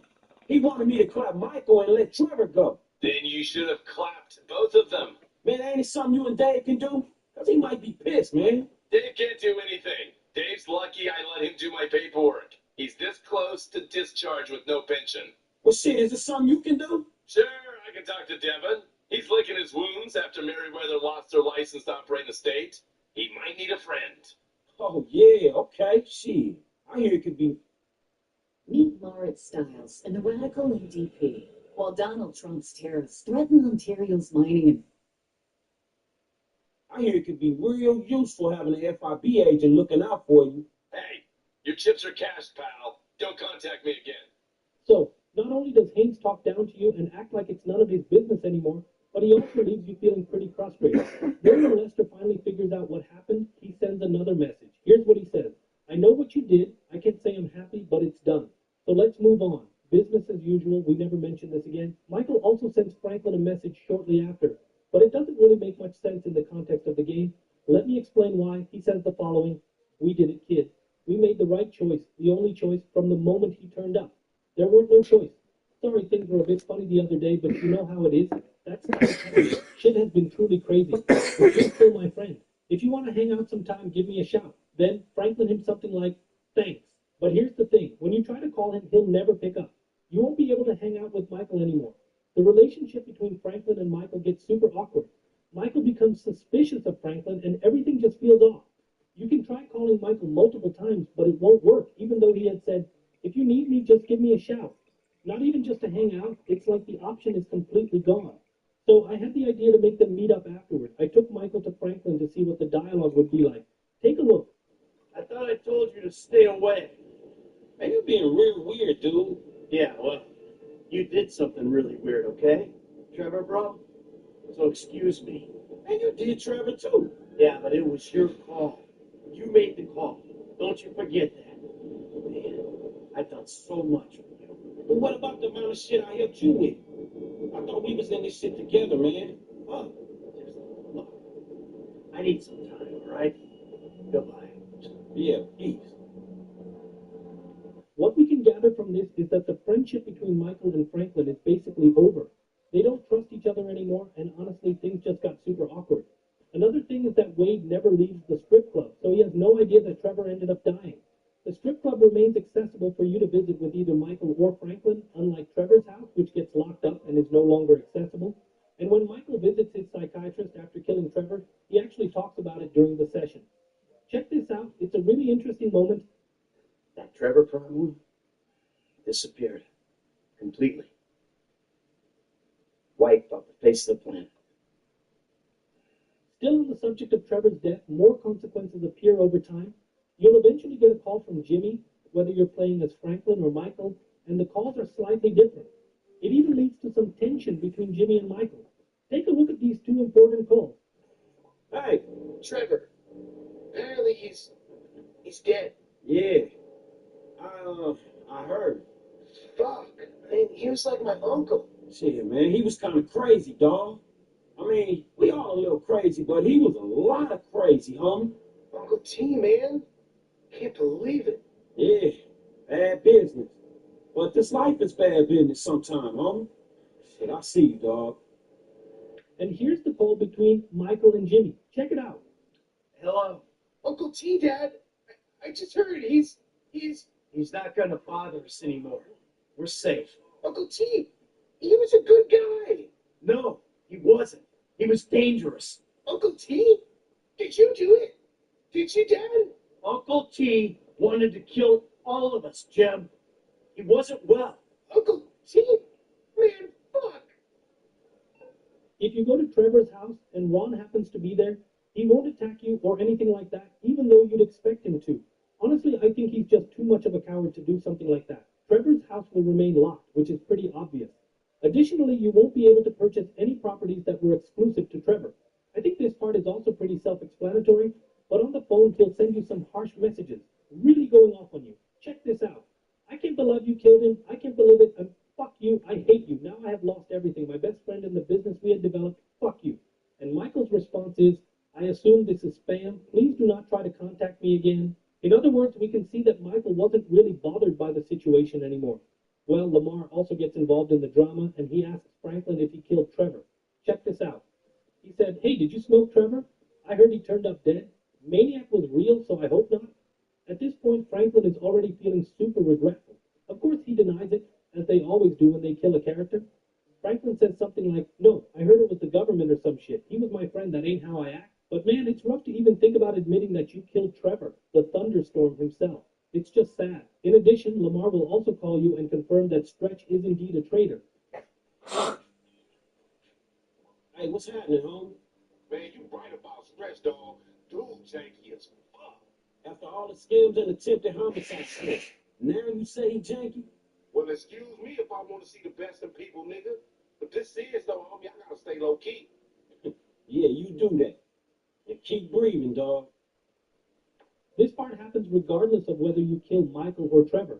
The consequence of this is that if Stretch is still alive, you won't be able to hang out with Lamar during the day anymore. You can only hang out with him at night, so if you kill Trevor, you lose the ability to hang out with Michael entirely. And with Lamar, you're limited to nighttime only. I didn't test this with Jimmy, but I think you can still hang out with him since he doesn't know that you're the one who killed Trevor, so at least that part seems fine. Now, moving on to Michael, let's say we choose the option to kill him. It plays out a bit differently. Michael's storyline is a little heavier, but a lot of the events are similar to Trevor's death. So, let's get started. We select the option to kill Michael. The first thing that happens is Franklin calls Michael. Hey, kid, how you doing? Shit, not too good, dog. Look, man, we need to talk, but somewhere quiet. All right. Listen, let's take a drive out of town. You and me, we'll meet off Route 68 by that field of satellite dishes. All the way out there? Yeah, all right, man. Sure. Right after that, Franklin calls Trevor, just like he did when preparing to kill Trevor. Take a look. Frankie. Hey, T-Man, I'm in trouble, dog. I think I gotta take out Michael. Got to? Yeah, man, look. The FIB, man, they trying to get me to clap you. And Devin Weston, he trying to get me to ice Michael. And I thought if I do that, man, maybe we got some room, you know? So, what are you telling me this for? Cuz, dog, I'm doing this for us. I thought you could. Well, I can't. You're turning on him? I have had enough traitors in my life. Man, your ass could say thank you. Shit. You deserve each other.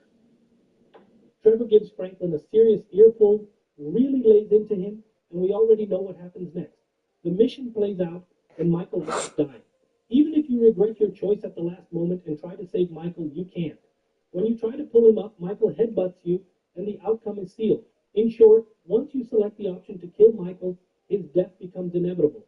And it's the same with Trevor, right? When he's on the ground, if you hesitate and don't shoot, Michael will pull out a gun and finish the job himself. So, either way, it's going to happen. Now let's talk about the consequences. The first thing is that Franklin seems a bit lost after killing Michael. Michael was a very close friend and an important figure in his life. The first thing Franklin does after Michael's death is try to call Lamar, but Lamar doesn't pick up. So Franklin leaves a voicemail saying he's caught up in some crazy stuff. You can really see that Franklin is deeply affected by Michael's death, which is very different from how he reacts to Trevor's death. That's because Franklin doesn't have the same kind of connection with Trevor as he does with Michael. After that, Trevor receives a message when the game cuts to him. The message says, Michael is dead, for real this time. I hope you two weren't involved. I've transferred his cut of the job to this family. It felt like the right thing to do. This message is sent by Lester. In other words, you'll only receive your usual cut. Franklin gets the exact same message as well.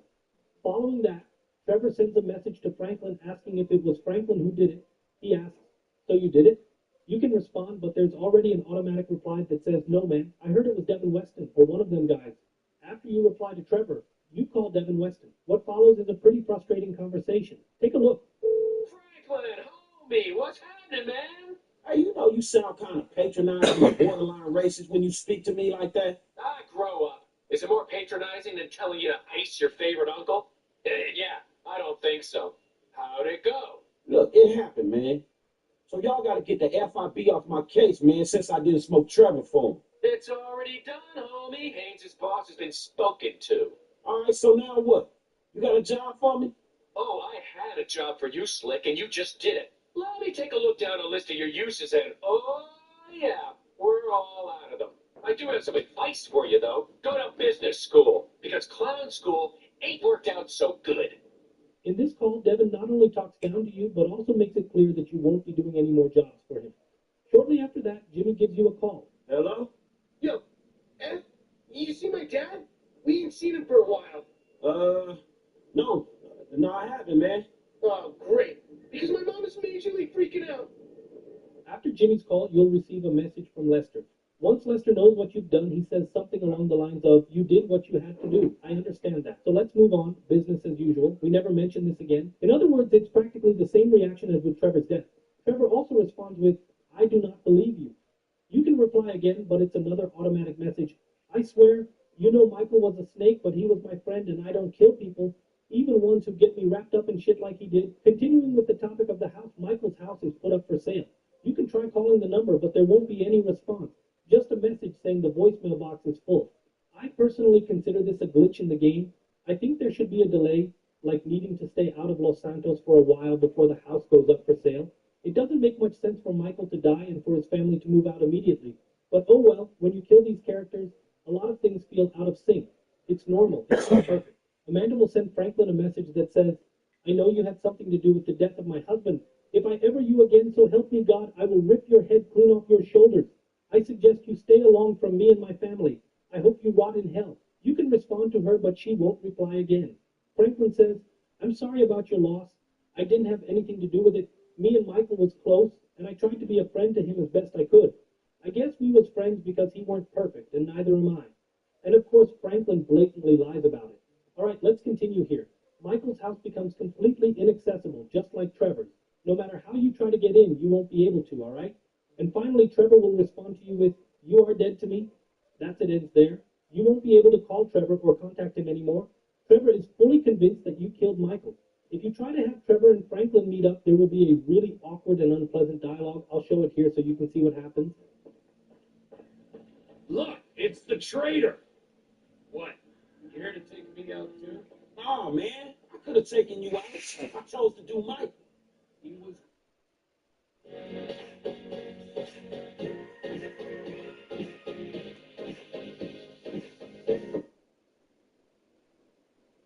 He was good to you. Too good. And he used me, dog, straight up. Could not be trusted, you know that. Now you can't be trusted either. Stay away from me, Frank. I don't know what I'll do. After that, Jimmy finds out his dad died and calls Franklin. Hello? My fucking dad is dead. My dad is dead. What the fuck, man? What do you know about it? My fucking dad. Michael? Shit. Man, I don't know nothing. Seriously. Man, that's bad, man. Look, man, I loved your dad, man, but... Sorry, but... Fuck you, man. This one really hits hard. Honestly, I found it super strange because, like, why would Jimmy tell Franklin to screw off at the end of the call if he doesn't even know Franklin was the one who killed Michael? In theory, Jimmy should also call Trevor, right? However, I couldn't get the game to trigger a call from Trevor to Jimmy. But normally, if you manage to trigger it, you should receive that call. After Jimmy, even Lamar finds out that Michael is dead, and he'll ask Franklin if he knows anything about Michael's death. Of course, Franklin denies everything, sticking to his story and denying it to the very end. I tried meeting up with Trevor again, but Lamar's call turned out to be about Stretch, so I dropped it. It's the same call Lamar makes when Trevor is killed, which I showed you in the first part. Trevor, on the other hand, doesn't want anything to do with Franklin anymore. It's like, enough is enough, you know? So yeah, the whole situation ends up feeling pretty heavy, doesn't it, guys? I think this gave you a good idea of why it's really not worth killing either of the characters, Trevor or Michael. You can clearly see the consequences, and in my opinion, it feels a lot heavier when you kill Michael. His family moves away, you can't talk to Trevor anymore, and even Lamar becomes less available, only being accessible at night. With Trevor, it's somewhat similar, but you at least maintain your friendship with Jimmy, so there's still one person left. And if you're the kind of player who's finished all 3 endings and thinks there's nothing left to do, my friend, click on the video indicated by the arrow to check out 50 plus things to do in GTA 5 after completing the story. You're going to love it. That's it for today's video. Don't forget to like and subscribe. Hey guys, welcome to the Mr. Snook channel. Andre here. It's great to have you for another video on the channel. And listen up, this video is for you. Yes, you who've already finished GTA 5, are sick of the usual stuff, and aren't ready to dive into GTA Online yet, but still want to find something fresh to do in the game. Let's be honest, sometimes the game can feel a little stale, right? So in today's video, I'll be bringing you 50 bizarre and insanely fun things to do in GTA 5 after finishing the game. But before we get started, make sure to smash that like button and subscribe by clicking down below. Trust me, you're going to love this video. Got it? Alright, let's go. First thing, hop on a train and cause an epic showdown with the cops. How does it work? Easy, grab a helicopter, jump out, and parachute right onto the train. It's way easier than trying to get on it any other way. Once you're up there, get ready, because this train doesn't stop for anything. Stock up on weapons, RPGs, miniguns, whatever you want, and unleash chaos across Los Santos. You can wreak havoc while the train carries you all over the map. It's an absolutely wild experience, and honestly, it's so worth trying out. Second thing, complete all the paparazzi missions with Beverly. But here's a heads up. Do not play these on the living room TV, especially if your family's around. These missions are absolutely crazy, packed with bizarre situations involving celebrities, and some scenes are super plus 18. So, be careful where you're playing. Finishing Beverly's arc is a unique experience in the game, filled with absurd moments only GTA 5 can deliver. If you're looking for something different to do, this is a solid choice. After finishing Beverly's arc, which can only be done with Franklin, I'd switch over to Michael and complete the Epsilon storyline. The Epsilon missions consist of 8 tasks in the game. Out of these 8, 7 are super fun, but there's one where you have to run 5 kilometers in the desert, and man, it's such a drag. It takes forever. Aside from that, though, the Epsilon quest line is fantastic. In fact, I'd say it's the most complete set of side missions in GTA 5, and the best part, at the end, you score a nice payday, around $2 million. Moving on from side missions, another cool thing you can try is playing GTA 5 without breaking any laws. And I know it sounds impossible at first. You'll try stopping at red lights, avoiding NPCs and sticking to the rules, but after about 5 minutes, you're probably fighting RPGs and blowing everything up. Still, it's a unique and fun challenge, and I'm sure you'll enjoy it. Now, the 5th thing you should do in GTA 5 is to become a billionaire or at least super rich. I'm here to sell you something in a way that we think is cool. Well, what's cool to you is being unapologetically you and playing on your own terms. Because in this online casino, you play you. Rich enough to buy everything in the game. There's actually a way to hit 2,147,000,000. And yes, you can do this even without internet access. It's a completely legitimate strategy that takes advantage of stock market heists. If you want to learn how, the car will be right up here. The process is straightforward, but you need to be at a specific point in the game with certain missions unlocked. Otherwise, you might need to start over. But trust me, it works, and the results are amazing. Moving on to the 6th tip, buy vehicles. If you don't already have a garage, get one. After that, buy a hangar, a helipad, and even a place to store boats, though I can't quite remember what it's called right now. And don't limit yourself to just cars. Buy helicopters, police and military vehicles, boats, planes, everything. It'll make your gameplay so much more fun. And it doesn't stop there. You can also customize and upgrade these vehicles, which makes it even cooler, so go for it. If you're feeling bored in GTA 5, here's an idea. Try climbing Mount Chiliad with increasingly difficult vehicles. To start, I recommend using the Sanchez bike, preferably souped up as Los Santos Custom. Try going straight up the mountain, avoiding the trails. They'd be too easy, right? Once you make it to the top, switch to an older bike and eventually move to the scooter Trevor uses in the Scooter Brothers mission. The harder the challenge, the more fun it gets. Give it a shot and see how you like it. Another super fun thing you can try is taking on the police with a 5-star wanted level. But this time, do it while sitting on top of a train. Get Michael, Trevor, and Franklin together. Head over to Ammunition, stock up on ammo for everyone, and unleash chaos across Los Santos. Surviving 5 stars for 5 minutes even earns you a trophy in GTA 5, so it's definitely worth a try. After all that adrenaline, how about relaxing for a bit? A great idea is to go hunting with Trevor. First, complete Cletus's side missions because only then will the hunting trailer be unlocked. Once it's available, you can head out to hunt and send photos of the animals to him. But here's the catch. The photos need to be good. To get the highest score, your shots must hit the heart, so no headshots, okay? It's a fun challenge, and you can earn some decent cash from it. If you want to take a break from all the violence and chill a bit in GTA 5, another cool thing to do is visit the pier. Head to the Los Santos Pier, the one near the city, not the northern pier, and enjoy the in-game amusement park. There's a Ferris wheel, a roller coaster, and if I'm not mistaken, even an elevator, though I think the elevator doesn't work. It's a quick pastime, but it's something different to try after finishing the main story, since you probably didn't explore this area during the missions. Another crazy thing you can do is this. If you park the Vigilante against a wall, like on the street where it's easier, such as one of those dividers between lanes, you'll find something interesting. Keep in mind that the Vigilante is only available in GTA Online or in offline mode with mods. Speaking of which, there's a trick to bring vehicles from online into offline mode. If I manage to make it work, I'll post a video about it and pin it in the comments, alright? It's a wild bug, though I'm not sure if it still works. Anyway, if you have access to the Vigilante, whether through mods or GTA Online, park it against a wall and use the nitro when another car is driving behind you. You'll never attract police attention and you'll send cars flying ridiculously far.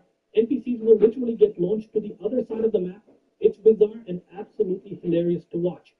After you've launched some NPCs, another crazy thing you can do after finishing GTA 5 is take on the taxi missions with Franklin. But I'm not talking about the regular taxi missions, I mean the VIP missions. To do this, you'll need to buy the taxi company in-game, which costs around $200,000. A pretty cheap investment considering how much money you can earn in the game. Once you've purchased it, you'll unlock 9 VIP taxi missions. Each mission offers a unique benefit or item. Just a heads up, it can be tricky to trigger these missions. When the taxi company manager calls you, make sure to pick up and complete the mission immediately, because trust me, getting another call later is a real pain. After completing the taxi missions, you can move on to collectibles in GTA 5. There are several types to find, like the Leonora Johnson letter scraps, spaceship parts for Omega, monkey mosaics, and animal photographs. Each collectible rewards you with a unique benefit or item, and some even unlock special vehicles. Collecting these is a great activity to alternate with the other things I'm mentioning in this video. Got it. Another crazy thing you can do only with GTA Online vehicles is using the ramp car. The idea is to drive as fast as you can, launching NPCs and other vehicles left and right.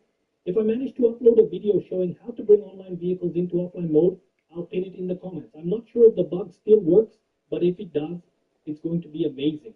Another fun activity you can do with any of the 3 protagonists is the triathlons in the game. These are cool because they combine swimming, biking, and running into a single challenge. It's nothing groundbreaking, but there are 3 triathlons scattered across the map, and they can offer a few good hours of extra gameplay. Another crazy idea is sliding down a mountain on a car hood. Choose a car with a large hood, remove it, it's a bit tricky but doable, and shoot at it to make it slide down the mountain quickly. If you're fast enough, you can jump on top of the hood as it slides and surf down. It's a unique and super fun experience, especially if you start shooting or causing chaos as you slide. If you're playing on PC, installing mods is an excellent idea. On consoles, it's more complicated, but on PC, there's a huge variety to explore. Mods like Hit Kill, Mirror World, ones that turn you into a cop or even place you in rival gangs, are incredible. These mods bring mechanics that are missing in GTA 5. If you have the chance, install a few mods and challenge yourself. It's a sensational experience. Another thing you can do is rob stores in GTA Online. These are marked on the minimap, but in GTA 5, you can still enter convenience stores, point a gun at the clerk, or just kill them to take the money.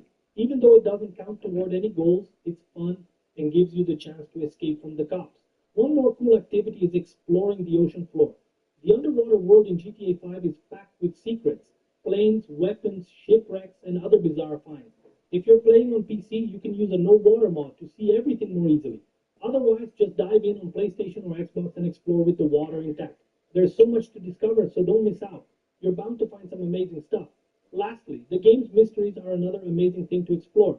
Some mysteries, like the one about Leonora Johnson or Fred's murder, available only from the PlayStation 4 version onward, offer rewards. Others, like the Infinity Killer or the Mountain Ghost, don't give you anything but provide a unique dynamic to the game. These mysteries are super fun and add another layer of excitement to GTA 5. It's definitely worth checking them out, guys. Stunt challenges are also a thing. There are challenges you can do in the game, especially at the flight school, where you'll find specific stunt tasks. You'll have to pull off some tricks here and there. If I'm not mistaken, there are also some time trial challenges in SSH that include stunts. It's a great way to test your skills and adds another level of fun to your GTA 5 experience. Another great activity is customizing your character, especially after finishing the game. Why? Because as you progress, you unlock new items. For example, when I'm playing live, I often have Michael bald, bearded, and looking like Kratos. People always ask how I unlock these outfits or items. Guys, it's simple. As you advance through the game, you unlock these things, and some are tied to side missions. So it's totally worth it. After completing a bunch of activities, make a habit of visiting the barber, tattoo parlor, or clothing store. You'll find there's always something new to style your characters and make them look fresh. The next item on the list might be a bit overdone, but I guarantee it's a huge challenge, completing all 50 unique jumps. Unique jumps have been a part of the GTA series since GTA 3, maybe even earlier, but I'm not sure. And let me tell you, they're tough because many of them are extremely tricky. So here's a solid challenge for anyone who's bored. Tackle this. You'll need to complete 25 unique jumps just to reach 100% story completion in GTA 5, and all 50 jumps if you're aiming for the trophy and working towards that platinum achievement. If you're the kind of player who loves shooting stuff but isn't a fan of the cops showing up, here's a cool tip. Head to the shooting range in the game. Start practicing with those targets. What are they called again? Anyway, you can train your shooting skills there. Not only will it improve your accuracy and help you earn in-game trophies, which yes are necessary for 100% and platinum, but successfully completing the challenges also gets you a 20% discount on weapons and ammunition.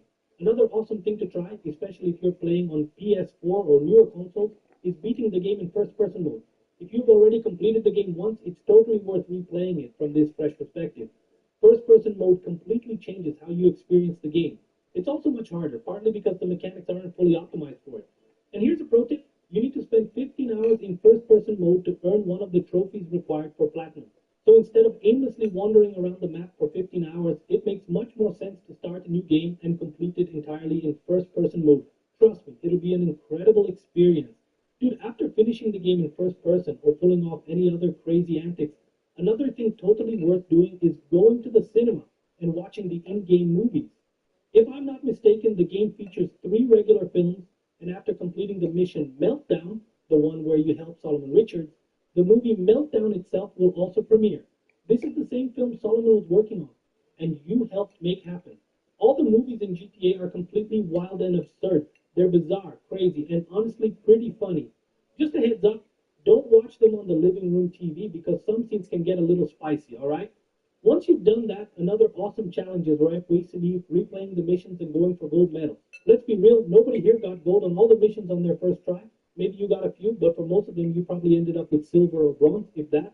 So a great challenge is replaying the missions and trying to hit gold by completing all the requirements like a certain level of accuracy, killing or sparing specific targets, not damaging a car, and so on. It's a tough challenge but super rewarding, as it makes you replay the missions like a pro and master them. Another thing that's a ton of fun and totally worth doing, using cheat codes. Yes, cheats can enhance your gameplay or just add some chaos for laughs. Just make sure not to use them while you're looking for collectibles or working toward trophies, because cheats will disable your ability to earn them. If any cheat is active during a session, you won't be able to get that trophy and you're out of luck. So if you're up for some wild fun, go all in with codes like explosive bullets or invincibility to create absolute mayhem. But if you're aiming for trophies or 100% completion, I recommend playing in a clean session. If needed, reload the game and go in without any cheats. This way you can have fun while still working toward your goals. The next item on the list is playing golf, whether with Michael or Trevor. I'm not entirely sure if Franklin can play too, but I think he can. You can enjoy rounds of golf and, even better, set up matches between the characters, like Michael versus Trevor or Trevor versus Michael. Additionally, there's a random event where you encounter a golfer being kicked out of his house. After helping him and taking him to the golf club, he'll also become available to play with you. Each character has unique dialogues during the game, making the game even more entertaining. If you're looking for more extreme challenges, here's a crazy idea to test your skills. Try landing a plane on top of the Maze Bank building. This is a challenge many players attempt because it's super difficult. Depending on how you land, you might manage to stop the plane, but it could explode right after. So put your piloting skills to the test and see if you can park a plane up there. It's seriously tough. If you've got a good imagination, there's tons of fun to be had by creating role plays in the game. For example, you can dress Franklin all in green, pretend to be a Grove Street member, and invade the Ballas territory, creating a gang war. Another type of roleplay you can try is becoming a police officer or firefighter. In director mode, you can switch to these characters, though there aren't native missions for them. The fun is in using your imagination to create stories with these characters and their unique vehicles. You can come up with your own narrative as a cop, firefighter, or gang member and have a blast with it. If you're someone who enjoys exploring and taking in the game world, a great suggestion is to call the blimp and fly over the map with it. The blimp moves very slowly, allowing you to appreciate many details of the GTA 5 map that you might have missed with faster planes or helicopters. It's an incredible way to observe the vastness of the scenery and enjoy the smallest details. Many of the activities I've mentioned contribute to achieving something bigger, 100% completion in GTA 5. Completing the game 100% is absolutely worth it, but requires patience. There are tons of tasks to check off, and the process can be time-consuming, but it's definitely doable. If you enjoy that kind of challenge, I've got a video on the channel explaining everything you need to do to hit 100%. Check it out. Finally, if you've done all of that and are tired tired of story mode, you can dive into GTA Online. Personally, I'm not the biggest fan, but sometimes updates come out that complement story mode. They even brought North Yankton back in the DLC. So even 11 years later, Rockstar is still heavily investing in GTA Online, which makes it worth checking out. The next item on this list can be done in both GTA Online and offline mode. The idea is buy a cargo bob and test everything you can lift with it. Trust me, you'll be surprised at how much it can pick up. It's crazy. You can grab anything from crates to cars with people still inside, police cars, random objects, and more. The possibilities are endless with the cargo bob, and it's especially fun for trolling in GTA Online. For example, you can hover over someone's car, pick it up with the cargo bob, and fly away. It's pure chaos and absolutely hilarious. Now, if you've reached a point where you feel like you've done everything there is to do in GTA 5, think again, my friend. After browsing the internet, I found that some people, when they run out of things to do, start using guns to draw on the walls of GTA 5. And honestly, some of the artwork people create is amazing. If you're a good artist, grab your guns and create some masterpieces on the walls of Los Santos. Especially in GTA Online, you can invite your friends to check it out. It's super fun and adds a creative twist to the game. Another thing you can do in both GTA Offline and GTA Online is using the fire truck to spray water at people. Just grab the truck and start soaking everyone, including the cops. If you're playing online and catch a trusted friend, spray them with water and don't let them get back up. It's total chaos and can be ridiculously fun. Now, this next idea only works in GTA Offline, but it's fantastic and can give you hours of gameplay. Buy every property in GTA 5. If you've got enough money, like I mentioned earlier with the billionaire tip, you can purchase everything in the game. This unlocks different missions and even earns you weekly income, even if it's not much. For instance, buying the cinema unlocks promotion missions. Owning the Mackenzie hangar involves defending it from attacks by the Balas or the Lost. And with the taxi company, you'll get access to the secret VIP taxi missions. Honestly, I think this is one of the first things you should do after finishing GTA 5. First, get rich, then buy all the properties, and only after that, move on to all the other chaotic activities I've mentioned in the video. I'm sure you'll have a blast. Beyond all this, there are also tons of races in GTA Story Mode. And when I say tons, I mean it. You can race cars, motorcycles, jet skis, planes, quad bikes, do time trials, and so much more, all against various NPCs in the game. I love doing this, especially since I'm a big fan of racing games, even if I'm not into most of the newer ones. GTA's races have a bit of a Need for Speed vibe. Simpler, sure, but still amazing guy. Now, this next tip is an insanely fun challenge. It involves grabbing a Vapid Sand King, I think that's how you pronounce it, and heading to the part of the map with that giant orange ball. Back your truck up to the ball, use a minigun or another weapon to shoot it down and get it onto the truck bed. The challenge here is to keep the ball on the vehicle for as long as possible. In GTA Online, this can be even more entertaining and turns into a hilarious challenge with friends, so don't forget to try it out. Beyond the mysteries I've already mentioned, there are tons of other things to explore, like Easter eggs and references. Grand Theft Auto 5 is packed with hidden details just waiting to be discovered. There are countless insane Easter eggs and cool curiosities to hunt down, so I recommend taking your time and exploring everything the game has to offer. Another super fun activity is playing with Chop. When you're playing as Franklin, you can select Chop as a companion and take him out for a walk. You can play fetch by throwing the ball, but be careful not to throw a grenade instead because he might chase it thinking it's a ball, and that won't end well. Another cool idea is getting into fights with NPCs or even the cops, and Chop will jump in to defend you by attacking your enemies. Just be careful not to let Chop take too many hits, because he can die. The next item on the list is skydiving missions. These become available after completing a mission.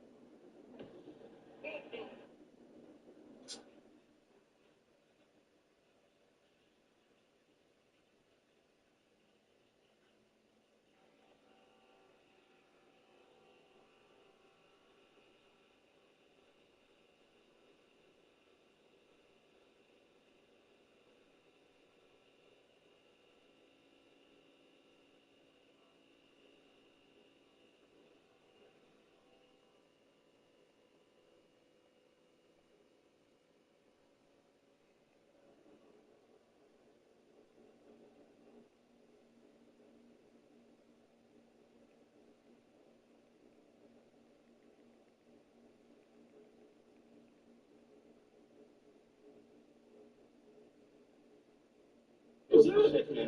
What are you doing, J-Rock?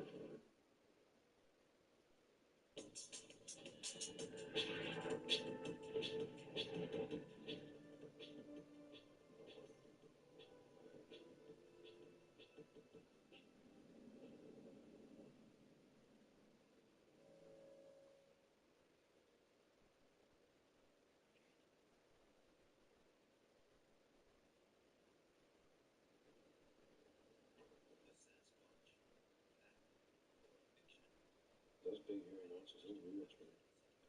Look at that thing. What person ever moved like that in the history of people?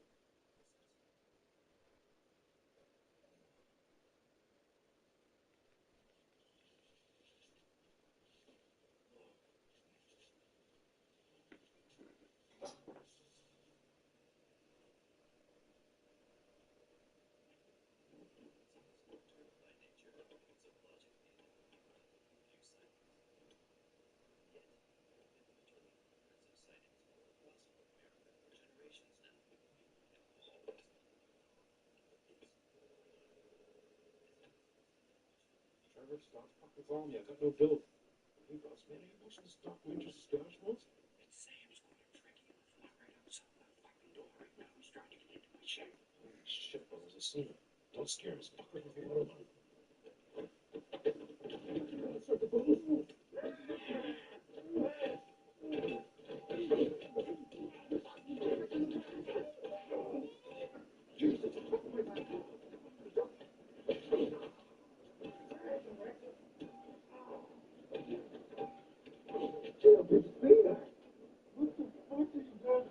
Fucking guitar, folks. My God, that's because he is Julie. Julie. Yeah, you okay?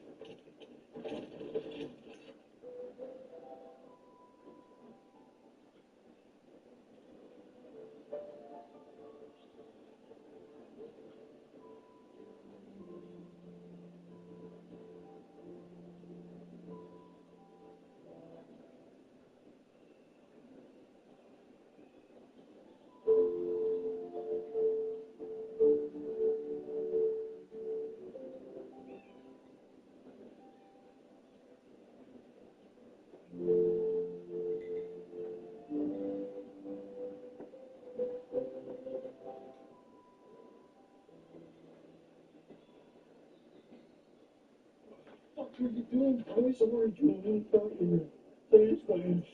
What is going on? Julie, beat the shit out of my back. You guys have got serious problems. Trent, we're gonna go to my mother's house for a couple of days. I don't want you to see your father in his life. Have a great time, What's kids. this supposed to be, Lucy? See you, sweetie. Lucy was an accident. Oh, Mark here, John. You were tender. I want a bad voice. Sore as fuck. Good night. Good night, Ricky. Top function, and I think that's coming on. Oh, shit, okay. Shit, frog. Shit, frog. Hey, Bubbles, you awake? I need some duct tape, buddy. My knees. Fuck. Got some zero my ass knees. Fucking awesome. Yeah?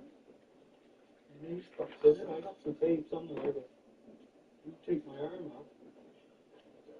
Boys, I can't even straighten my arm out. Look what you did to me, Rick. Oh, look who's just making them think about themselves, huh? What about me, Julian? Look at my fucking eyes. See that? And I can't even walk. It's selfish, man. Sorry to beat you up, I really am, but I did think you were a Sam's Clamps. What do you call Sam's Clamps? That's what I've told you since I was little. I don't exist. All right. This is the deal, boys. We're gonna be doing some work today. Fuck away, man. I gotta get drunk. I'm sore as fuck. No, boys, listen to me. Boys. You're gonna help us do some furniture. It's the least you can do. I'm too sore, Julian. Bubbles, we'll get some tape. We'll tape ourselves up. We'll steal some furniture. We'll get fucking selfish. Oh, fuck this studio is good.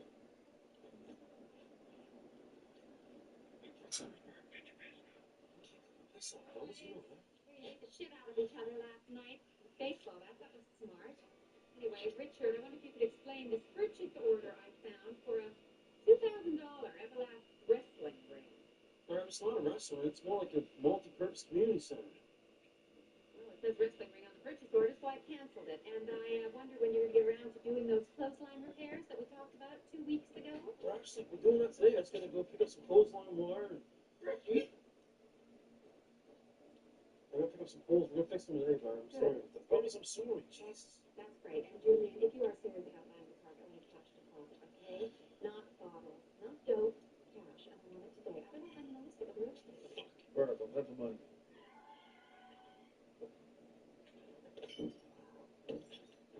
What are those fucking probably going for some shit dogs and flies, Mr. Lady. Randy, I thought we'd make no more shit talk till we're back in power. You ready for a little B&E, boy? Evidence gathering. Let's put this on Jim Lady's account, Sunnyvale. We can't do that. Oh, because you got to pay for yourself then, Jacob, because we're fucking taking it. Fucking Jacob. Oh, shut up.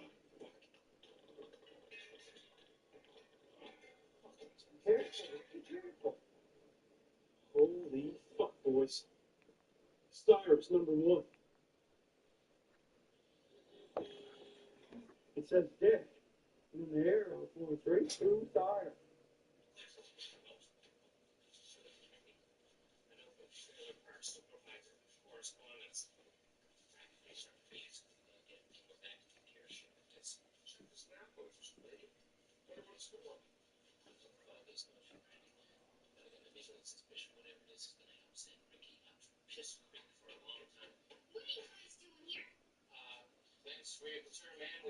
We heard someone breaking in.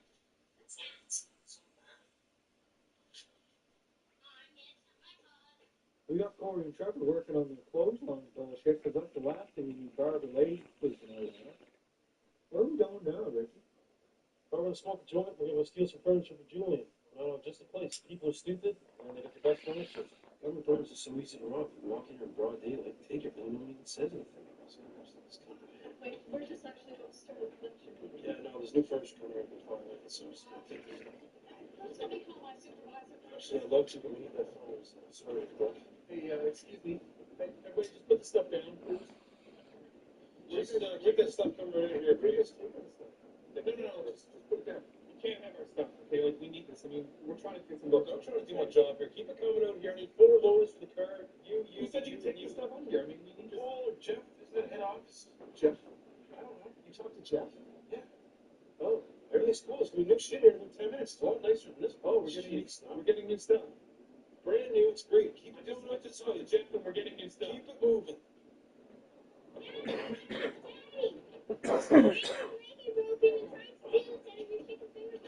Ricky, they got it off the dope line.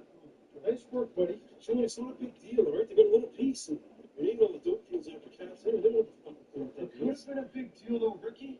Are you just going to try anything to get us thrown back in jail? All right. We got to set up in front to distract those dicks. How much dope after the hit, Ricky? Ouch. Boys, I feel like I've hit my fucking dump truck. How much would a massage thing cost me in the picture? Oh, sorry. Look, Julian, I know I'm done with this fucking stuff. You steal more furniture. Use furniture stores and shit. Use furniture store's not a bad idea, Julian. Keep Lady and Randy distracted, make a few bucks. Exactly. 2 birds stoned at once. We're gonna fill the trailers up with furniture over it, boys. We're gonna rip them up by the hour. Oh, that's greasy. That's really fucking greasy. That's greasy. Greasy. What's up, Julian? Bubbles, man? Yeah, I'm gonna drop. I don't want to talk about it. Look, J-Rock, look for some ladies. I know you know what kind of ladies I'm talking about. Man, talk to my manager, bitch. Manager. Yeah, that's right. I'm representing J-Rock. I'm representing T-Knuckles. And finally, I'm taking these guys' careers to a whole new level, a whole new direction. I'm finally putting the Sunnyville Trailer Park on the map. For real. Look, man, I'm opening up a massage parlor, right? Only 6 ladies. I'm talking about like the old man up at Rizal. I'm feeling that. Robin? Yeah. Well, let me talk to you then. I'll do you what you want. I'll give you the ladies, I'll give you the hoes. I'm trying to let you know from Jump Street, it's going to cost you at least 30 pounds, homie. What do you think, first? Oh, I don't know much about this stuff. Good hoes, man. Good hoes. Whatever choice do we have? He says some good hoes. All right, done. 3 o'clock. I'll see you then. I'll be here waiting with the hoes, homie. Peace out, Sling Blade. Not starting J-Rock, Doctor. This is the perfect opportunity for you right now. Massage parlor's host. This is the type of greasy shit you need to be associated with. Right, boy. You know, I'm being real with you. I'm going to tell you one other thing, homie. This is the type of shit that's going to land the pimp in jail, too. You know what I'm saying? Jail? I'm like, I don't fucking play jail, motherfucker. Well, you're going to have to play jail. I'm just letting you know. Jail is what's going to make you sell records. The album's coming out, and hey, T, you got to make sure that when it goes down, you got the pictures taken. I got the album coming. T, I'm fucking going to jail. You got to go to jail, man, to sell this record. People are going to be here the day that album comes out. They're going to be in the stores waiting for that. So if you go to jail, oh, man, it's going to be perfect, man. I'm telling you, it's going to go down. I don't know about you, man, but I ain't going to jail, man. I ain't going to jail. I ain't going to jail either. Like, I'll fucking go to jail, you know what I'm saying? Because I'm hard, right? I ain't shook about going to jail, but it's like, I kind of like my freedom, too, at the same time, you know what I mean? Boys, if you're here, you better get the fuck over here right now. I saw that lady ready to break my trailer. What's smart? I didn't hear anything. I was playing fucking video games. Sir, calm down. No, Don't freak out at me. I'm tell you about taking advantage of these guys, okay? Take advantage of them. I love those guys. No, you don't, okay? Corey and Trevor are mine now. I love them. Sir, we've known Corey and Trevor since they were 6, okay? So no offense, but they come with us. Boys, wait outside. No, hey. If you give them $20 right now, you can have them for 1 hour, and they're not leaving the car. Spare the house, boys. Go around. Thank you. I said $20. Here's a little piece for you to calm down. They're not leaving the car. They're fucking staying right here in the trailer, I promise. Give me that ash back. This stuff shit. This Trevor, chips and smokes. Let's go. Puss. You're gonna go to the dump, steal a garbage truck, hook up with us in our tower, and use the room. Okay, that's it. Don't fuck this up, because Julian's counting on you. They'll kill you. Trevor. Bubbles, cats, deciduous trees.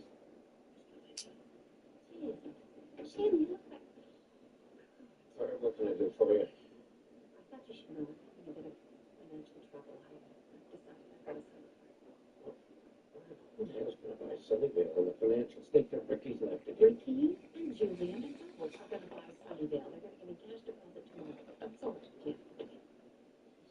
You gotta be kidding. No. All right, get 3 rooms, Ricky. Okay. Nice work the garbage truck, boys. Now we got 4.5 minutes here. Let's go, Captain.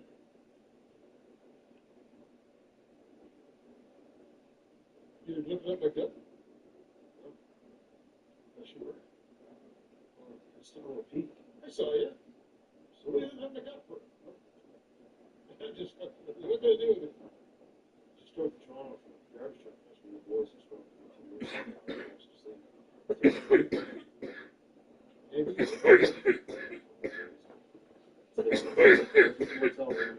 Load them onto the garbage truck. Leave nothing behind. You 2 have to do all the loading. Go now. Trevor. Yeah, I understand.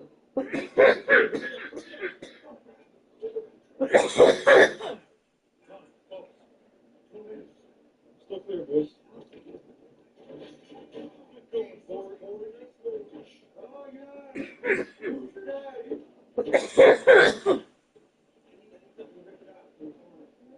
should be here for that fucking skeleton. Good job, boys. It's up, boys. It's up. Let's move soon. Whatever you do, do not look at us like those guys.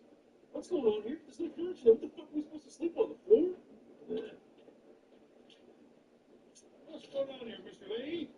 Huh? Where's my furniture? It was here 2 hours ago. That's what I'd like to know. I don't want to sleep on a fucking floor. What are you doing to these guys? What are you looking at? Nothing. Huh?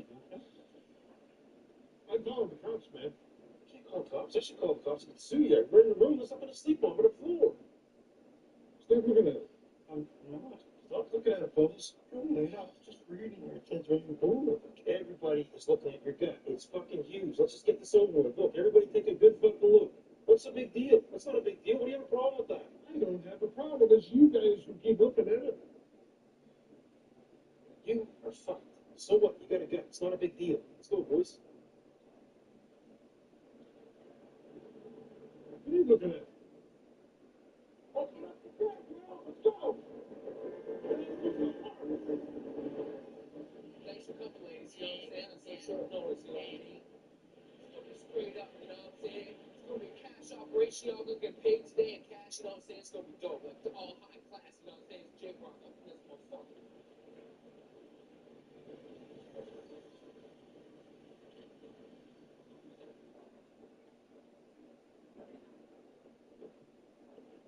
This is 10 times, Mr. Lee. That's not one of those new keys. It's got 10 times. That's Mr. Lee. The exit. Our kid was raining. 6 cameras. Police protection. Right?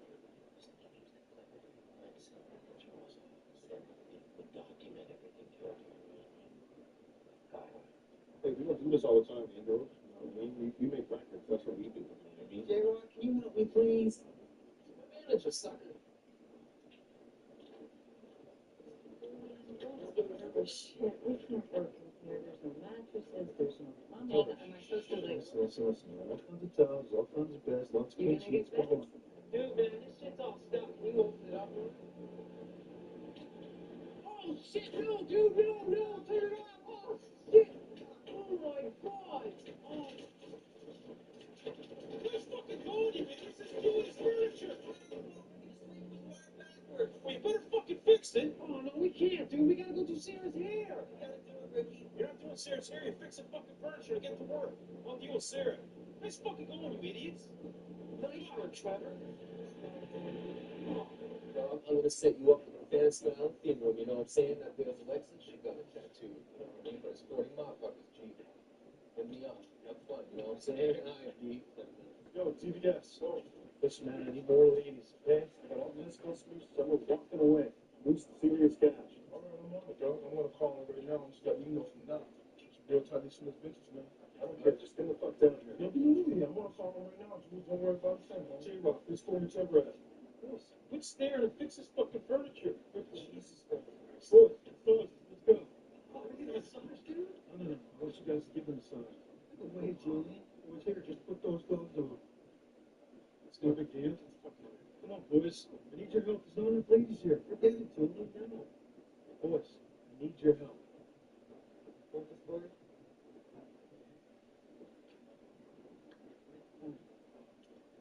Hurry up, you gotta fix this fucking furniture. Hey, you two guys are out. You guys are on in there.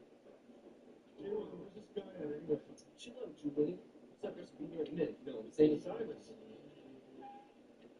What the fuck are you doing working with Cyrus? Well. Isn't a big touch, Juliet. Double does though. Helmet here. Ladies, the boss is home. It's been a long time no see, dickweeds. You think you would have fuck off, Cyrus? Where did we fuck on? Julie, wasn't angry.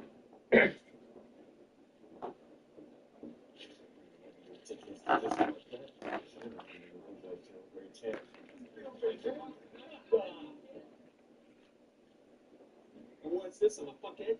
Huh? She says I'm fucked in the head because you're married.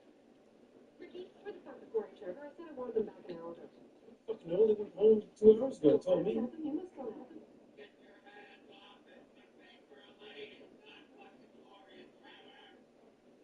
What did they do it? Get over here right now. I get home, the trailer's still a mess, and I find you guys jerking off men. Well, nothing actually happened yet. Even if you did see something like that, I want to hear it. I want you guys to go home right now. I want you to fucking think. Now fuck off. Dirty dancer. Hey, soon you run in this little shit show. You owe me some money. I wonder if I fucking have Dinner with Cyrus. Yeah, so I was wondering if I brought you alone last year. Chill for a sec. Listen, I'll give you some money for your ladies tomorrow, all right? Just put your little giveaway because we all know you're not going to use it. Oh, so too afraid. They don't think I'm afraid to use this? Dance, boys.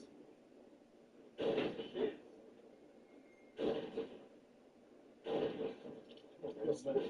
Outside the door and Yeah, shit. straight up. Fuck the cops right now. It's time. This is how you fuck the cops right now. Make sure you get the camera. Make sure you get the shot. This is calm down. I'm not fucking around here. I want my money or someone's gonna get shot. This is our work, Mr. Lee. I can't stay around and take this bullshit. I'll take that for you and hit the fucking gun at the same time. Are you scared? Cyrus, we're not scared of you. We're just all too sort of fight here because me and Ricky thought Julian was Sam's player sponsor and we beat each other up Facebook. Cyrus. Brady takes his pants off now when he wants to fight. You can't fight in tight pants. He's wearing Rick's precious little pants. When the pants come off, look the fuck out. One here is man enough to knock this chip off my shoulder. I am Cyrus. I'm way more of a man than you'll ever be, you dirty bitch. Is that right? Well, what do you think? Squish me with that whale blubber there, fruity nuts.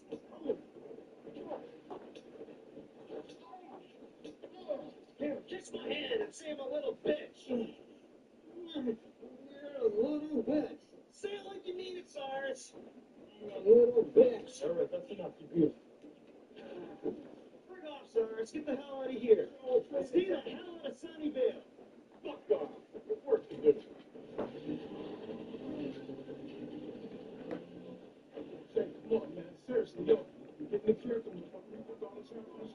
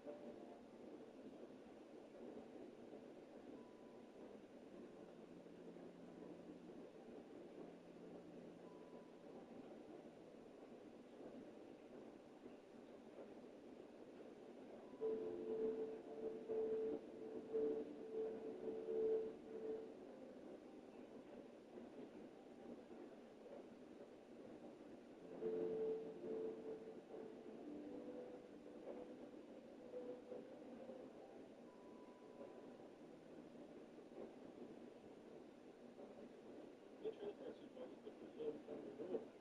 Trying to get every shit around it. Great. But when Joe was in jail, stress balls living on a bed, so I figured it's time to get back to him, get back to me at the same time. So today I'm doing community day. It's got a couple tech jobs too, like front end loader rides, peakball target range. I'm really impressed. You know, it's a good chance to make a bit of money, but then I'm paying for a car, which is really fun. Yeah, I mind that, but shit, I don't know, it's not fun. It's not fair. Right now, I'm just gonna smoke a big 6-paper joint. Fuck around. Very awful day. Those plants are getting used right now.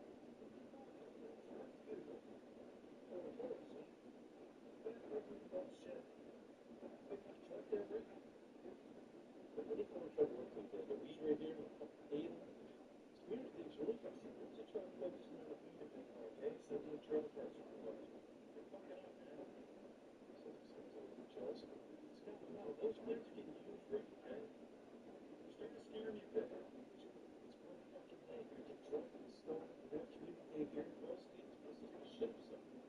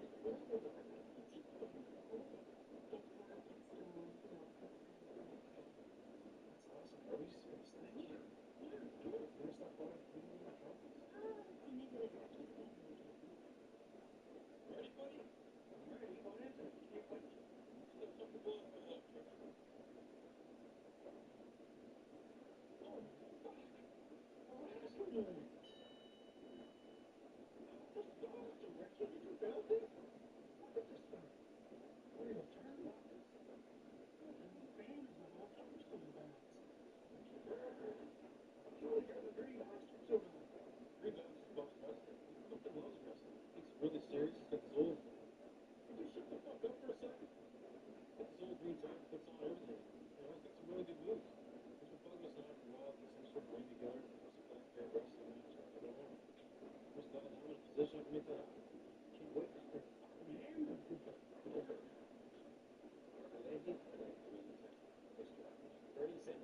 International Association of Chiropractors.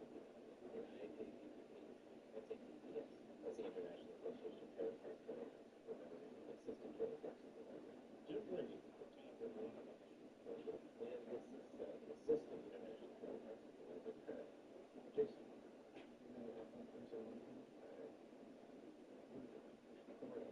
Every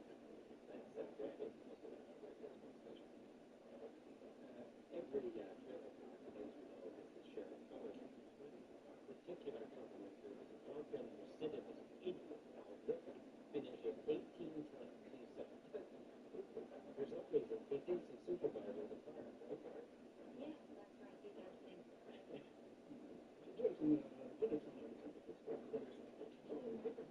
so. You know this is usual. Ernie, no, it's better just to avoid it. Trust me on that.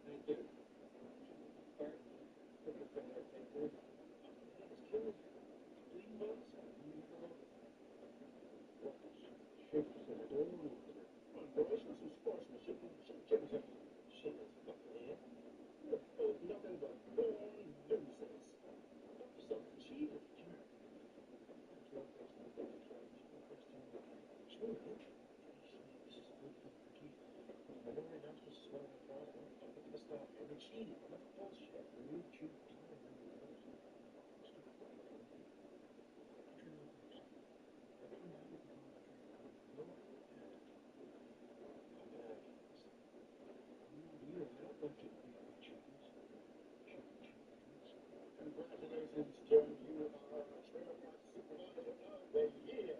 And I would like to say that Sunnyvale Trailer Park is strongly being considered for membership in our union. And when that happens, I will be working side by side with Jim.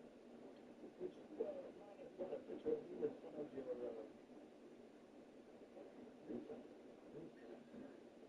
well, it's a 1991 gadget, but she runs like a fiend.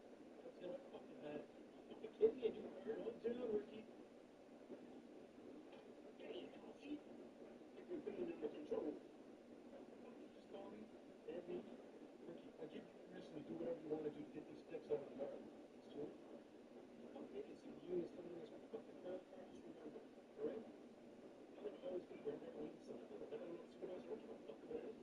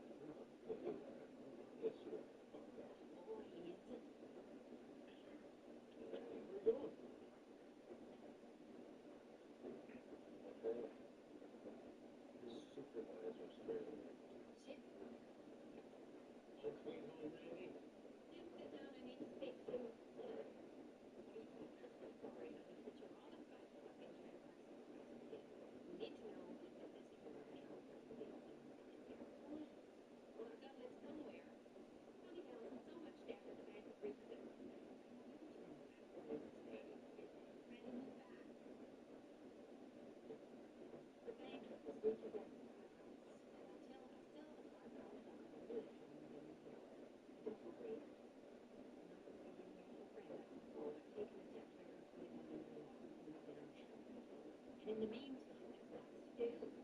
Working 200 back by itself. Supervisor Little Hearts. Just not innocent. It should have been mine. I've lived like her the rest of my life. That sucks, man. Just think. Ladies can be busy all the time. Last year, I was too fucking idiots. The old kid trailer with the fire Sherwood Douglas, man. A little knock in the way of it. Congratulations, Mr. Lady. You did it. We did it, man. That's what we all sleep on. We are now. Very, very good. You need to get this out. But it's almost one.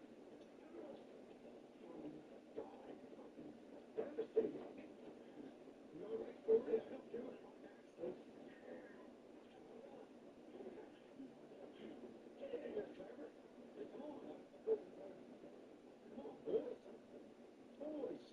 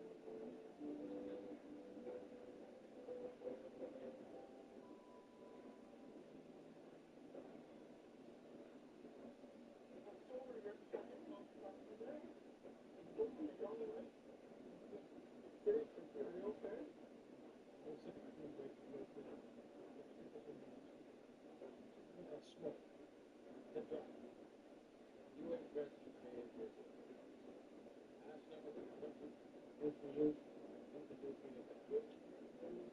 That's guaranteed cash money. That's what we're trying to do here. Trying to get the community to be able to pass with us. No more free handouts. No more upside jokes or anything. The community spirit rests on the amount of gratuities that the community will give back to us. That's why Randy and I go back to Power Out. We got a big sale. It would be a great idea. Yeah, it'd be a great idea to bring people in the community together. Do a golf spot or something for the community. That community fund, by the way, was denuded by the outgoing supervisor.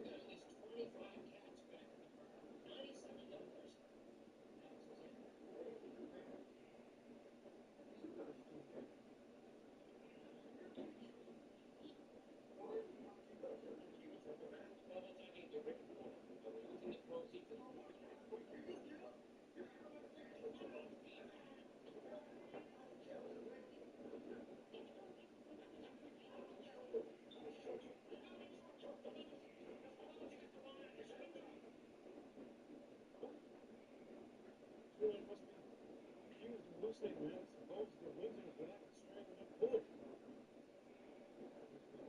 What? Is he strangling that book?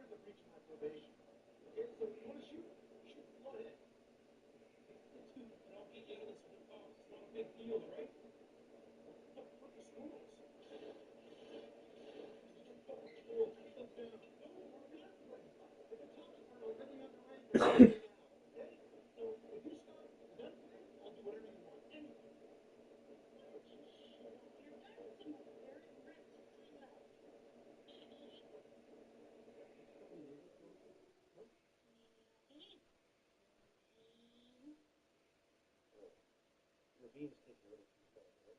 Little fucker. See you, Bubbles.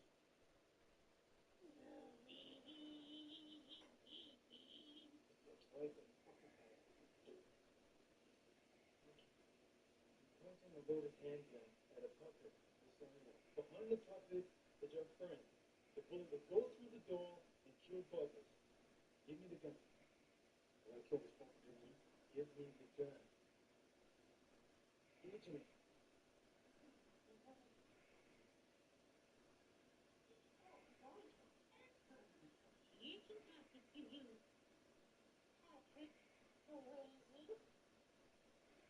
That's not funny, Bubbles.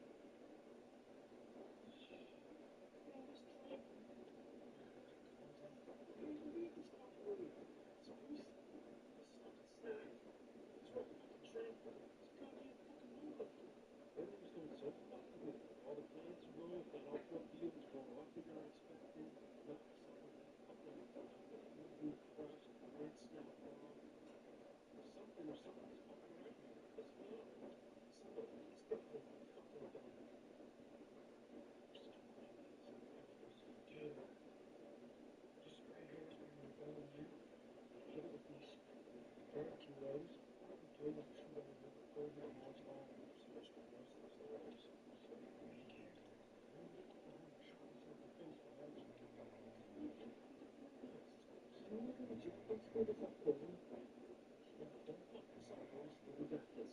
Son, you got it, Kobe. You guys fucked in the head. Go over here, take off the blindfolds, okay? And don't fuck those up with the hot sauce. Trevor, hands down.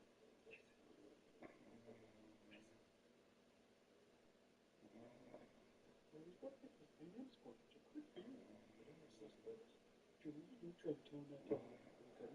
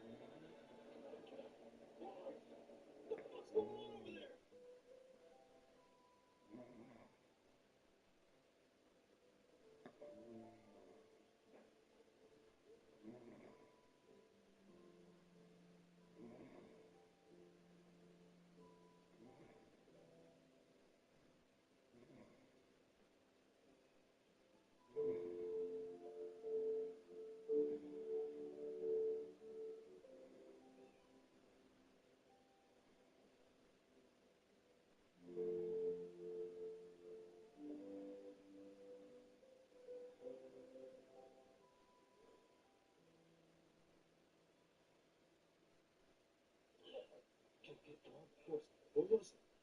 Oh my God, boys. We are officially dealing with a fucking sand squeeze. It's probably a fucking 10-footer by the looks of that stuff. Holy shit, dude. Maybe okay. When we get the fuck out of here, please, like, we should probably get these guys to the hospital anyway. Yes. No fucking way, man. We gotta get these guys here. We gotta get these guys here to protect the wheat plants. These guys are hurt. Take them back to the park, okay? We gotta regroup and figure out what the hell that thing was, boys. Say right now, don't talk about the car. I'm bleeding. Want this to come out, boys? You're not fucking in my car.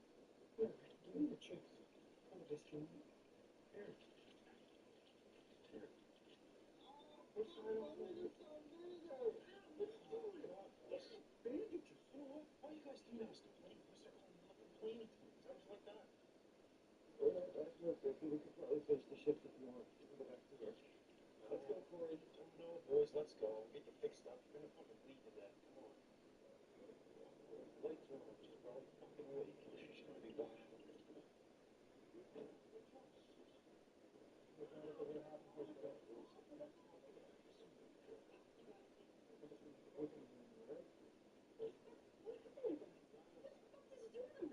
You know what? We found this guy drunk in a ditch here on a drug, keep each other up. As a friend, we brought the news. They didn't hurt each other. Before they tell you some other one. That's what happened. Trevor smokes. Let's go. Trevor, don't you dare. Trevor, let's go. Let's go. Trevor, give me some. Trevor, give me that fucking smoke. Let's go.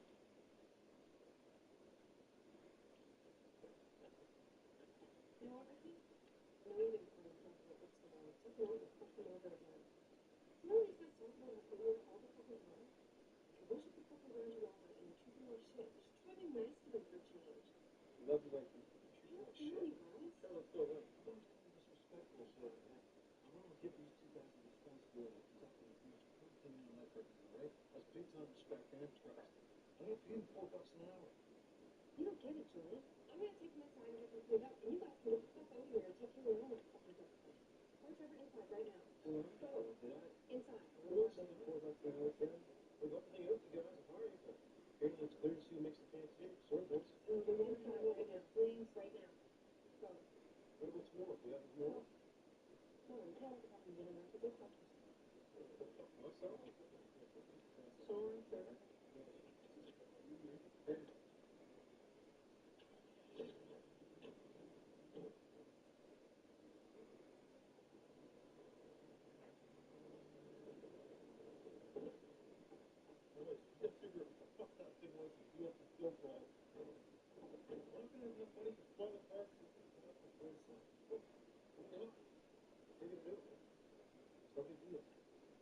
I don't care.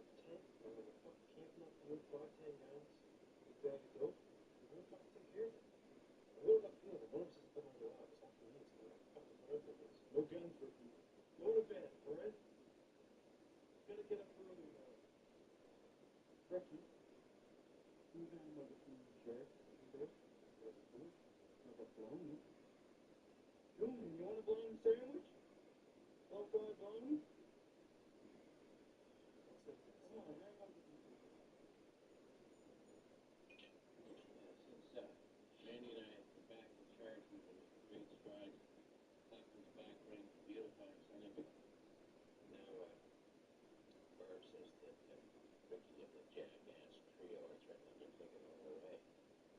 Well, idiots won't be buying anything except a one-way ticket back to Clan Forge. It'll be on full scholarship when they get there. Check this out. Some kind of a nest or a bed or something, man. Julie, you watch the drop out again. Show me that fucking where the kitchen is. Oh, here, look what I found. Here's for the big son of a horse and the fucking running out of the field. Bonus one binoculars.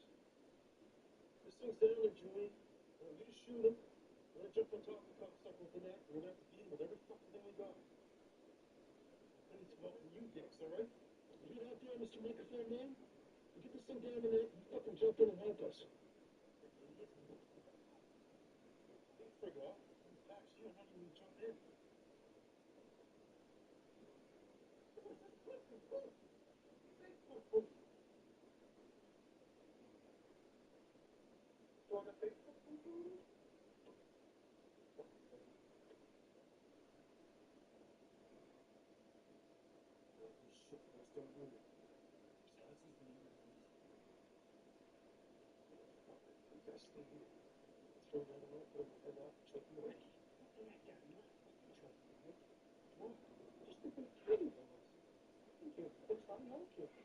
What if he has rabies?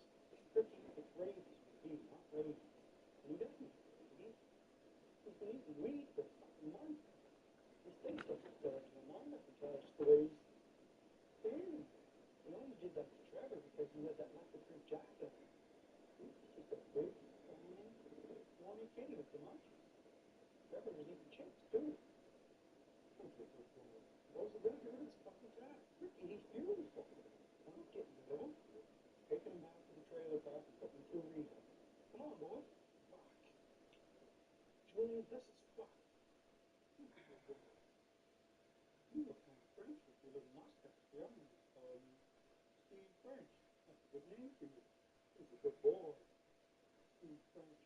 Boys, we gotta get some food into Steve French out there. He's gonna start getting wild again. What do you got to eat in there, Julie? The heaters are always perfect. All we gotta do is we gotta grind up a little bit of dope, put it in with them, start weaning them off. Get some dope on there, keep them on. You know you got some. The first set of presents are Ricky, you know you got a bunch in that bag. Go grab some. Come on, Ricky. You go. He's just a helpless little kid, aren't you? Oh, listen to me. This isn't a helpless little kid. This is a dangerous fucking kid. You know he's gotta go, right? Remember the saying, if you love something, set it free. I know, if it comes back, it's yours. If it doesn't, it never was. I've heard it 1,000 times. But he needs our help right now. And the best thing to do is to get some weed and the heaters. Now, let's do it. This is all good. No, now do something. I mean, that was nice. Your name is Steve, or what the fuck your name is? Steve French. You don't let me go with the heaters, but for Steve French. Keep your hands off the fajitas. Leave me alone, okay, Steve French? Call him up there. Hang out, and in 2 seconds, and I'll have a big plate of weed heaters for you.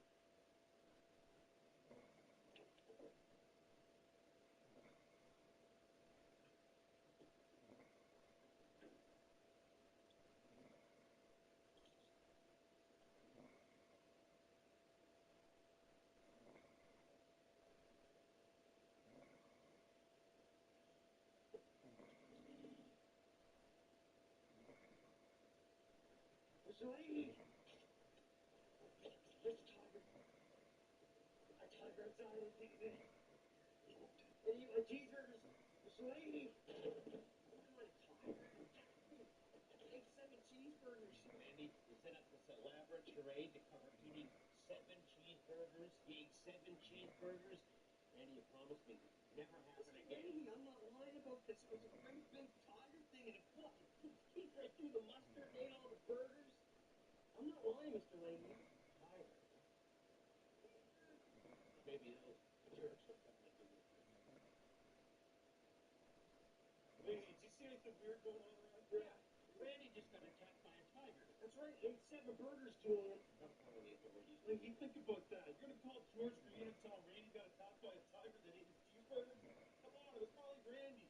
Randy, get in there. I'm gonna get my ball. I'm gonna get to the bottom of this. You get and I'll be behind it. Lady, you're gonna look like an idiot again.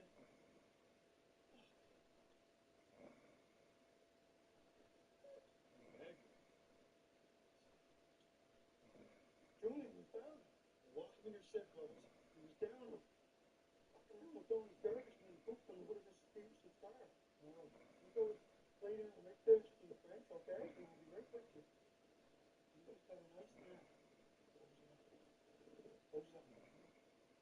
Boys, we got this reading here. Value. Very low. Very low. What the fuck are you guys doing? What the fuck? You know, there's a fucking animal in here, Ricky. Practically ready to ship out. What's going on? What the hell are you talking to, Ray? Idiot. What? This is none of your fucking business. You know what? You don't know what's going on there anyway. You're trying to kill me. Guess what, Ray? You will never, ever be the fucking trailer park supervisor on this. Like that? You're fucking losing it, bud. Stay over there. You already know. What's going on? Whatever it is, wherever you are. He who looks into the abyss realizes something. That you are going to come back to him. The only thing he sees is his own character, Ricky. Understand? But the abyss, the shit abyss, Means deep stuff, Rick, and you would understand that. Doesn't mean that, man. Huh? What does it mean? I understand. Oh, you do, dude. No, you don't. Because it's fucked. Because everything you assholes say, you fucking pick from books. Guess what? I don't steal anything from books. You guys need to fucking idiot. Get the fuck out of here, seriously. There, oh, we caught a little animal. Oh, there's a big fucking animal in the trailer park. Let's get the fuck out of here. Shit, guys, I'm not scared of any fucking shit. That's right, you fuck. Yeah, well, wait till you see Steve French across the front of the Lancet Forest work, fuck, boys. What the fuck in the Lancet Forest? Did you see the tattoo under Steve French's ear? No. Well, there's one there, and they use it for tracking, right? To be able to track him right back to a dope field. Cops, jail. Fuck jail. I'm not going back to jail, Ricky. Not gonna happen, man. Julie, don't put this in jail, man. We've got some good fucking parties in there. We've got good friends in there. And they fed you, use their gym. Come on, man. Don't put this in jail. Boys. Right now, we gotta find somewhere to put Steve French for a little while. That's the task at hand. Where's the J go? Steve. Come on, Steve French. I don't know, boys. You might get scared on me, but it'll be fine, folks. Just for an hour or so till we can figure something out. When you hide under there, Steve French, and we'll be back for you. All right, boys. I'll go right up on the boys.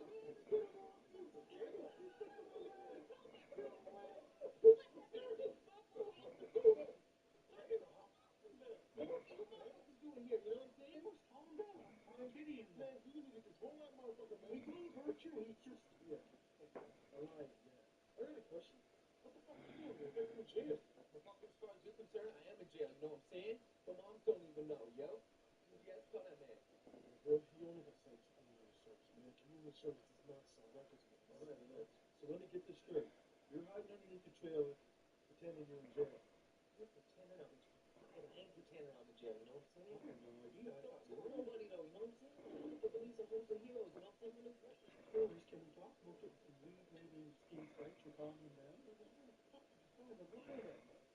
Come on, let's play. Oh my God, now you're getting me, man. What's going on?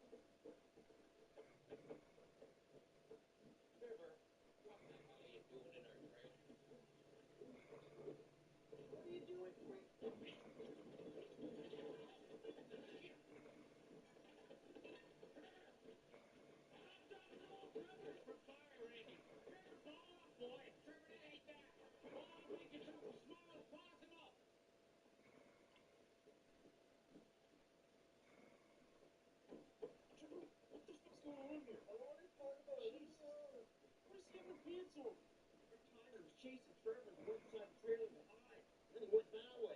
Which way? Oh my God, did he do things to Trevor? That's the last straw. I'm gonna call in the heavies. Mr. Reggie, please, can you please don't This is a dangerous situation, Bubba. I have no choice but as trailer park supervisor to make the call. Fuck you, Reggie, you know trailer park supervisor goes. You don't know what a fucking supervisor is. Randy, where is he? He went that way, Ricky. do that? Real shame if they put you in this truck, like you get those Viagra bars. What's up, Ricky? All right, Julia, you have 2 hours to get the situation under control.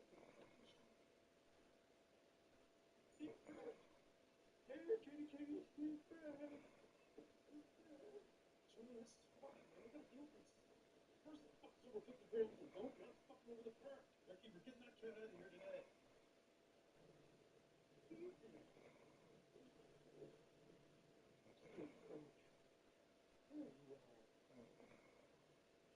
Level 1, 3, 0. Ricky, nervous.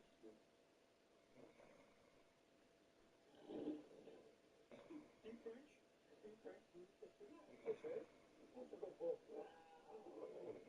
We're gonna lay down. She's gonna lay down.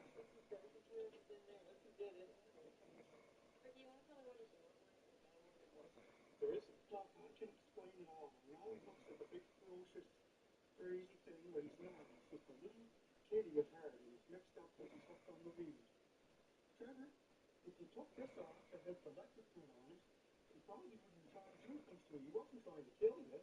He just found you attractive, probably, because you do kind of a wrong side of your body. But again, Trevor,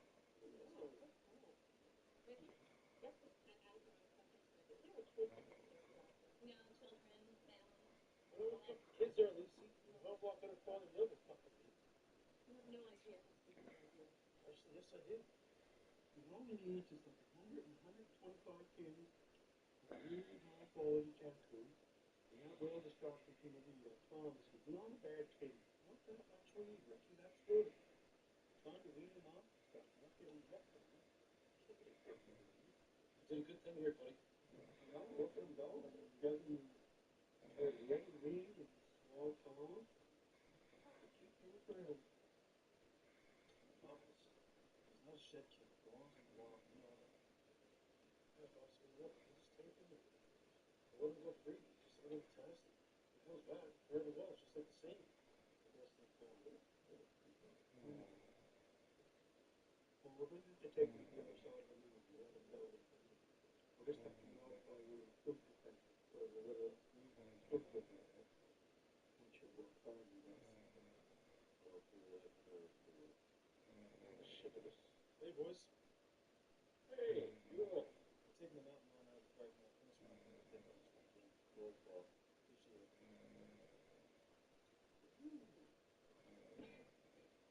He's wasted, Julian. And I didn't tell anybody about that Viagra thing, okay? Say something. Oh, yeah. The shit of us. Mr. Layton, not another night of the shit of us, please? Come on, Steve French, here you go. I'm ready for the little guy. What's that fucking smell? Keep calling me right to sneeze. I know you didn't shit on my seat. No, everything's cool, man. What? Come on, Steve French. Come on, now look. Come here. I ripped this soap last night for you. The way I got it here, the little left soap will come over. You look good. Pop up. You just push the ball under there. Like that, see? And then soap is off out here, okay? Okay? Okay. So, come here, little buddy, and you won't hook it. You're free. Oh, shit. Oh, if you love something, you gotta free it. In fact, you will kill him. Just can't keep him, buddy. About 20 pounds. Fix your holes. You got your hoses. It'll take you a little while. Come on, Steve French. Come on, now look. This is for the best of family, so you're gonna have to go now. So go on, yeah. Come on. Go on. Stop looking at me with those big fucking cute glasses eyes of yours. Come on. Look over there, Steve. Look at her. Go on, Steve French, go get her. Show her how you Johnson. Show her the big package here. Go, Stevie.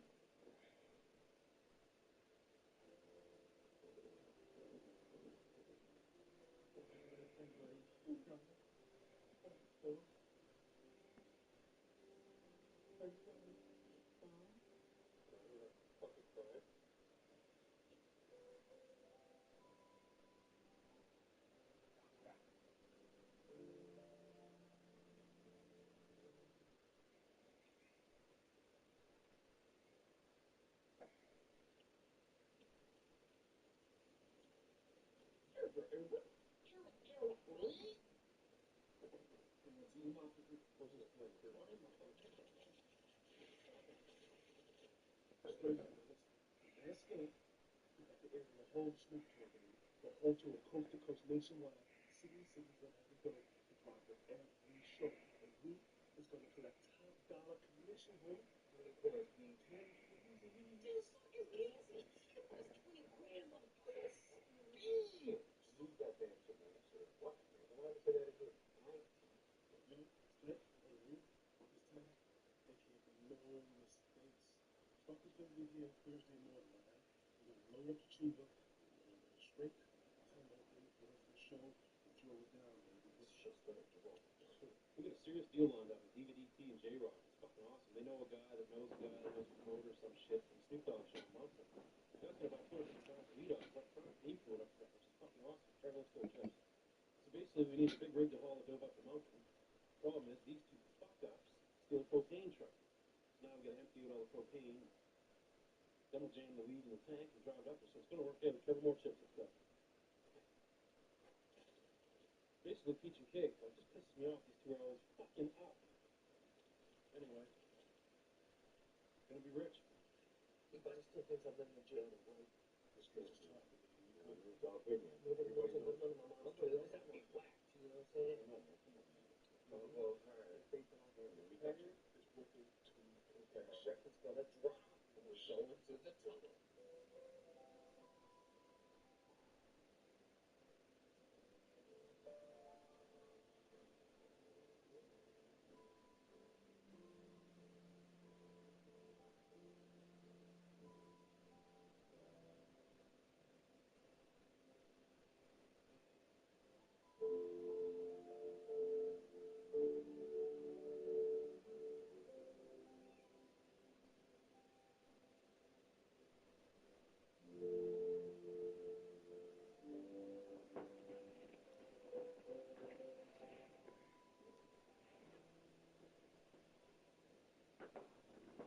All right, boys, let's do this. It's gonna be easy. You wanna know why? It's like me and is stupid as fuck. What are we gonna do? Let's go. You guys keep the costumes over these girls. When are you gonna make the food? When do you want to figure it out? Let's get in the truck then, boys.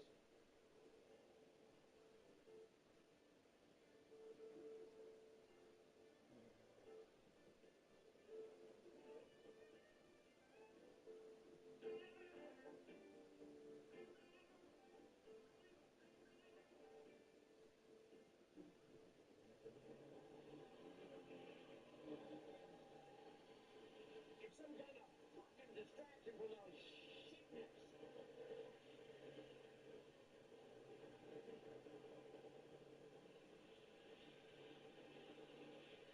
Shut the fucking door for a minute. Hang on. Randy, why don't you get the uniforms delivered here? Have a seat. Before you go to we'll stick there. You know what? Antibiotics really things used to make. Do some turn for some intro. You know, they had to sell the park, Jim. Think about that. Nothing else. I'll make a bad decision. You know, I miss the simpler days. Before the drinking, before Randy. And they still can't put together on this whole thing. You know, I've come to terms with your life, and I accept it, but I just want us to be able to move on. Move on. Yeah. You wouldn't have my engagement ring, would you? Who's getting engaged? Randy, thanks, Dad. Just wait a second. Randy. Whatever, Mr. Leahy. I don't know what it is, but I just got a bad feeling something's gonna happen today. There's just so much stress with the dope and the Snoopy Dog thing, and you know, the bird wanted to spend time with me when there's always fucking Leahy, the nightmare, and now my dad's fucking me around.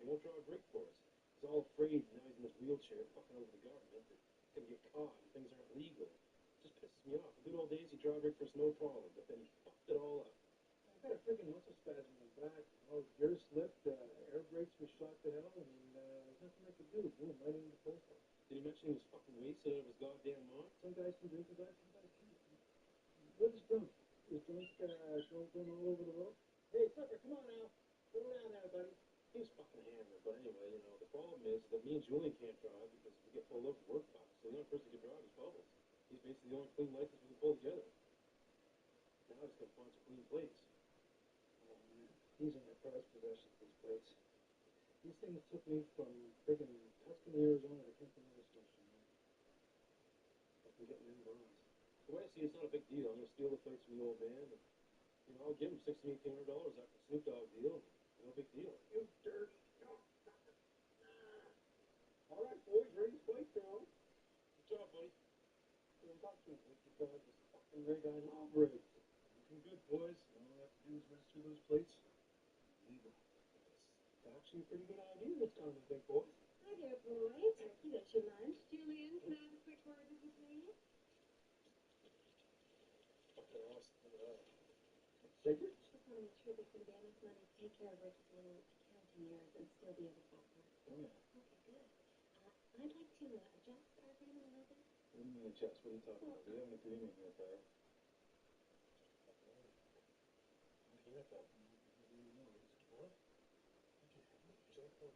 I think that it's only fair that I should be able to keep my favor and live rent-free afterwards. Come on. Come on. That's fair. All right, I might be able to do that, all right?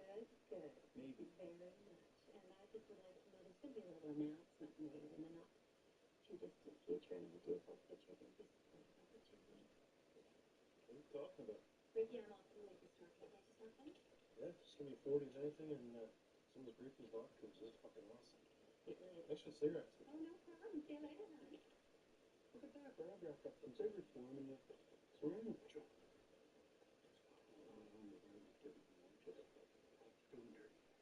Let's forget about that fucked up topic for now. Listen, man, a buddy of mine set up a rig driving exam at DW truck driving school for me, man. Awesome. Now, you sure you want to drive the monkey? No, I don't want to drive the monkey. Of course I want to fucking drive the monkey. I drive that thing anywhere. Well, here's the art chart they use. Make sure you study it. I'm not studying that. I don't need it. I like work fun. Oh, work fun. How many fingers, buddy? Ricky, I don't like that game. Stop teasing me, boys. I'm going to get my rig license. I'm going to be just like that fucking DJ in the bear car, sucker. Except I'm going to have kitties in my truck instead of a dirty-ass, stinky little monkey. So let me get this straight. You want to break up with me so that you can marry Brad to benefit us. Can you explain that to me, Mr. Lane? It's a question of security, Randy. Have you lost your mind? No, Randy, I haven't. I'm considering the benefits. But the way Bart is acting, I think she's going to ditch them in a relationship. We can still see each other, Randy, on the side. Just like when we finished. Mr. Leahy, I'm not the type of guy that you see on the side anymore. If you marry Bart, I will very seriously rethink our relationship. James.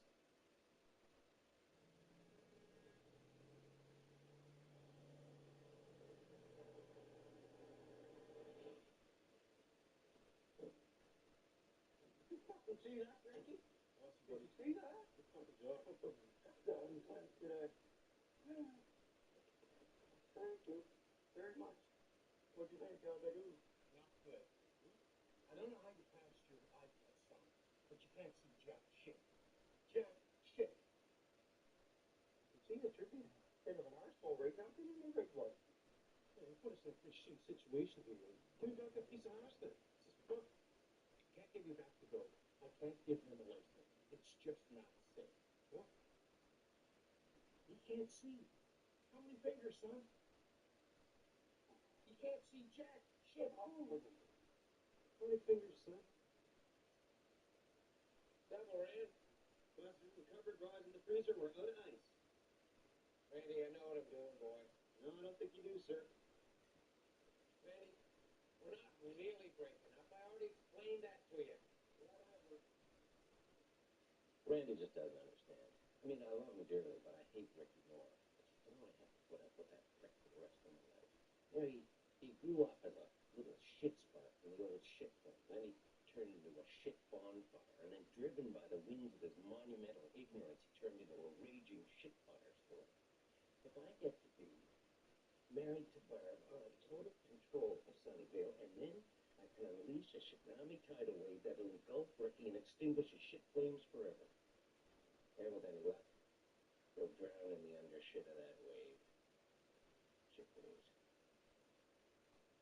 Listen, guys, I asked you nicely to just work once. Good for me. And what you do? You fuck me over again. You get it down in fruits. Fellas, come on, get over it, alright? It's not a big deal. You see me driving a rig, you're fucking incredible. You're not with the old man. I'm gonna get you a fake license and the tune doesn't grow on further, alright? Take the monkey nose again, buddy. Get it? Buzz, you get it?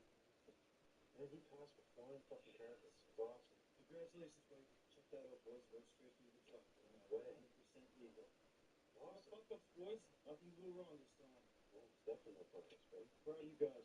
Look, those who got your license, man, you hold on to that, alright? Hi, Jim. Jim, what the hell are you doing? Bad for me. I know who's doing it. Tune's like you. And I admit I've been going through an experimental stage with Randy and liquor and drugs and environment, but I really want it's you, us, me and you and Trina, all the way. Get with me. Jim, what are you doing? You're drunk, aren't you? This was what you wanted. You told me to bring the rain over. You said you wanted us to move forward. Oh, move forward separately, Jim.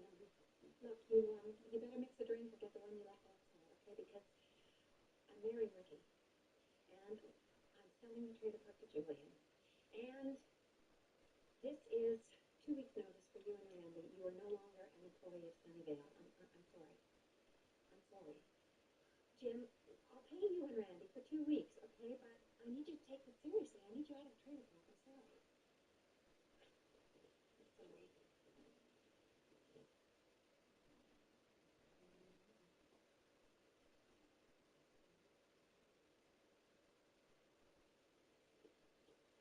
Alright, boys. Time for the final test.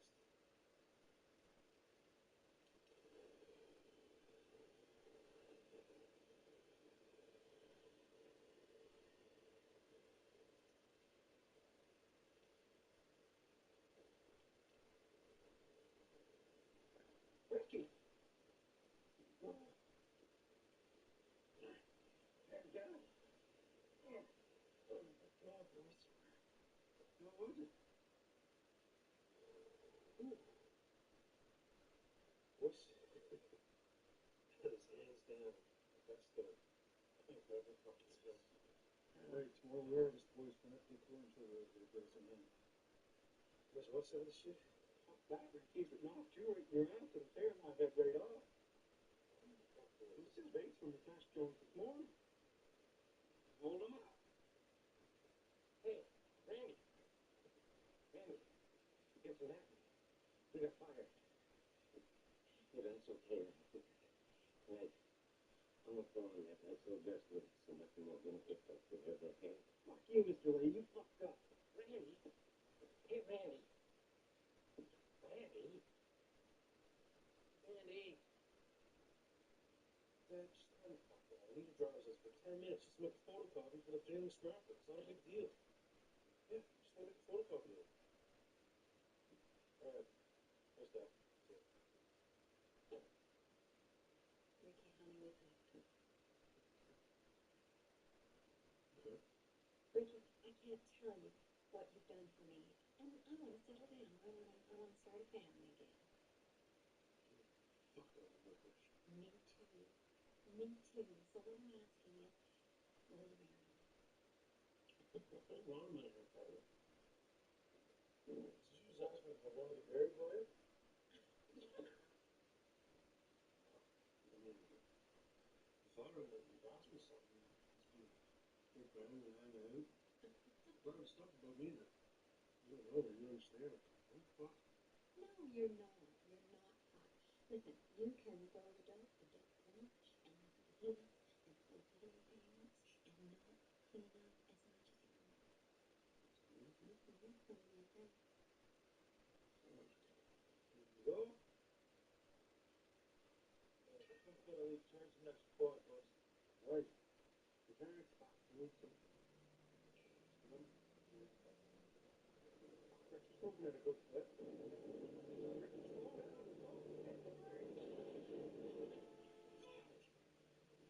are you doing? We got propane over here. Holy fuck, Ricky. Another one, see? You don't even bother with your brakes anymore? You know what the fuck happened? Fuck, no. You're fucking crazy. Some kind of fucking brake on. You're stoning your paranoid. Ease off on 6 paper joints, Rick. No, man. Fuck that out and save it for later. Thanks for driving, Ricky. We just popped in to let you know Corey and Trevor are officially mine now. Sarah, I am so sick of your bullshit, okay? I own Corey and Trevor. Corey and Trevor belong to me, and that's never gonna fucking change. Never. Get it out, Chip, man. What's the big fucking news? Okay, well, we heard the lady asked Barb to marry him, and she said no. And then we heard that Barb asked Rick to marry her. We heard you said yes, Ricky. Everybody in the park's talking about it. So me and Corey asked her to marry us, and we're getting married, dude. Hands down, let's go. Congratulations, Ricky. What the fuck are you marrying Corey and Trevor for? What the fuck are you doing? Are you getting married? What the fuck's an unexpected announcement, Ricky? Well, shit, how's she gonna marry both of us? That's fun. Not that. The thing about you getting married. Ricky, what are you doing? You can really marry and you'll be that boyfriend. I don't know. I think so. I don't know. I don't know. Ricky, what do you mean you think so? What you want was pick them a fucking mind. Seemed like a good idea at the time, alright? Because every day someone asks you to fucking get married again, so is it? It's pretty fucking cool, Junior. Listen to me, Rick. We're about to sell a huge amount of dope here and get rich, okay? What if you marry her and it doesn't work out? Huh? Marry somebody else? No, I'll tell you what's gonna happen. She can take half your shit, man. She can take half your car, half your trailer park, half your video game. She can even take half your cigarettes, Ricky. That's not gonna happen, man, because most of that shit's ours. Not just that, Ricky, but you're supposed to get married to somebody that you think is special, not just somebody that fucking bars and lunch together for you and go and get a freak on you, Rick. But you even love her? Probably. Lady will hunt you down, okay? Go talk to Bird, tell her you're 2 stones at a time, you need to think about it. Yes, I mean, marriage is a big deal and everything, but I don't think it's as big of a deal if you're not the one proposing it, because you're not the one that thought of it in the first place, and you're not the same person to do it. So I'm gonna talk to her. What the fuck? What kind of an idiot who's a fresh pack of smokes, flavor, big fucking piece of pepperoni? You know? What the fuck? Who's fucking with me? Still take their fucking smokes. Lady, 2 tanks, hey, Randy must be going through a fuck of a load of propane eating all those cheeseburgers. What do you want, lady? I just want a little propane, Julian, just like everybody else. You're already full. All right, so you call the cops. I'm not an idiot, Jim. Listen, Julian, I don't give a fuck what you do anymore. I just want a little propane, propane. Ricky ruined my fucking life, Julian. So I just want a little propane, propane.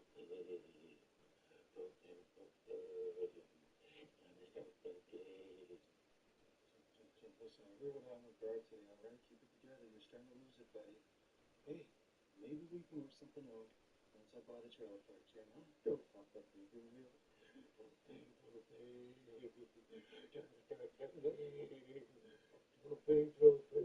Lady, you're feeding yourself. Here you go, Jim. There we go.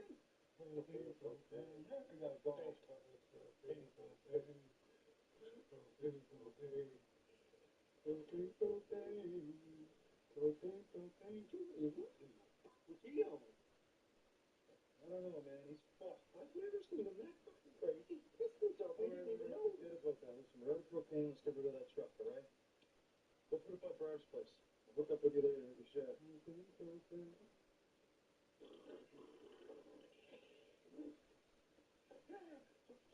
Nice work, buddy. Hey, Lucy. When did you learn how to drive a rig? I've been fucking driving rigs all my life. Where the fuck is Ricky, and what is this bullshit about him marrying Barbara, huh? That selfish son of a bitch. I haven't seen them all day, Lucy. Really?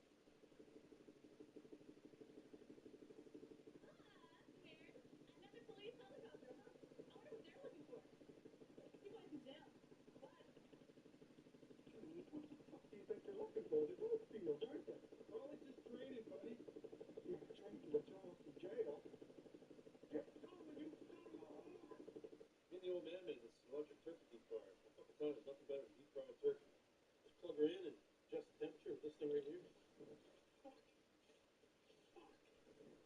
fucking with me? Think this is fucking funny? Idiots. Oh, now, Ricky, that was a perfectly good turkey. Now, come on, let's go get it. We'll put it on the barbecue. Fine. But if somebody's fucking trying to kill me, Ricky, come on. sheriff is wet, man.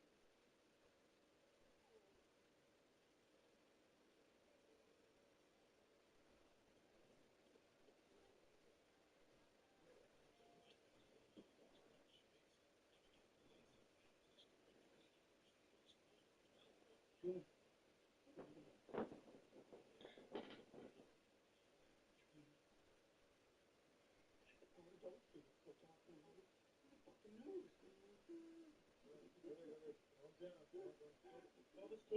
Listen, you only mentioned the ones by the airport. You didn't mention the one about Iowa College.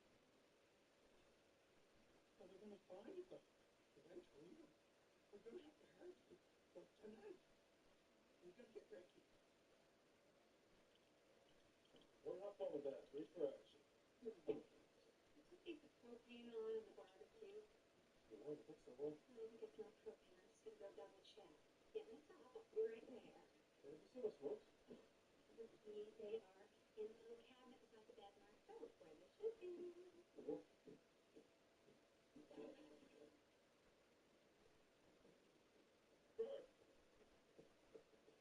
Where's Ricky? Look at you, Ian. He's in the trailer. Let's go get him. Look at this over there. Firefly. He's actually on fire, I think. Decent. That was Lee. What the fuck's he doing? Come on.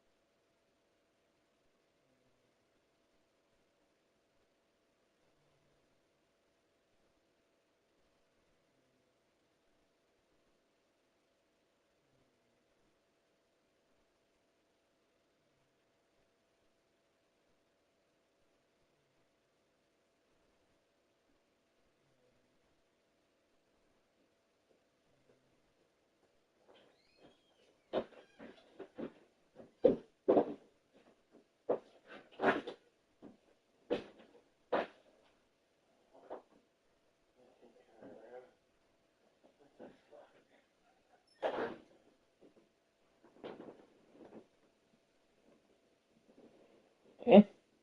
Eh? What? Oh, my fucking cleat turned around. I was wondering what the fuck I thought was ice. Uh-huh. I just wear them because they want us to. Never slip them.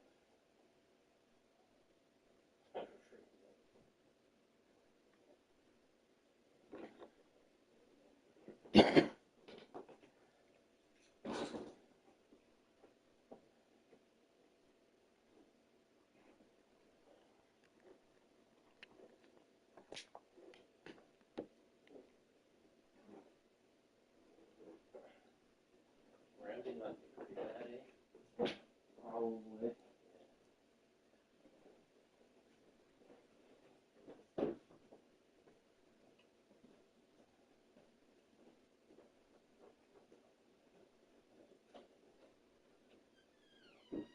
People still fall with him anyway.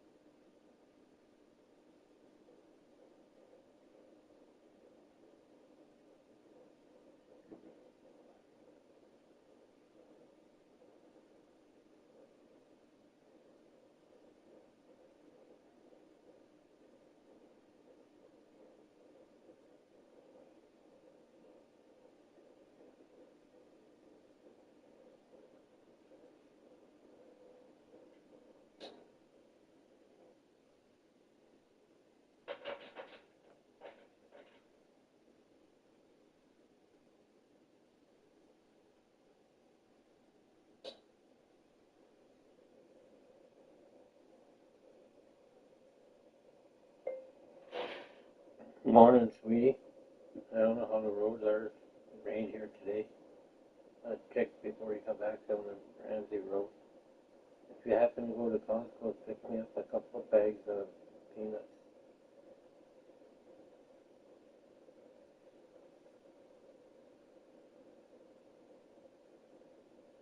Ditto.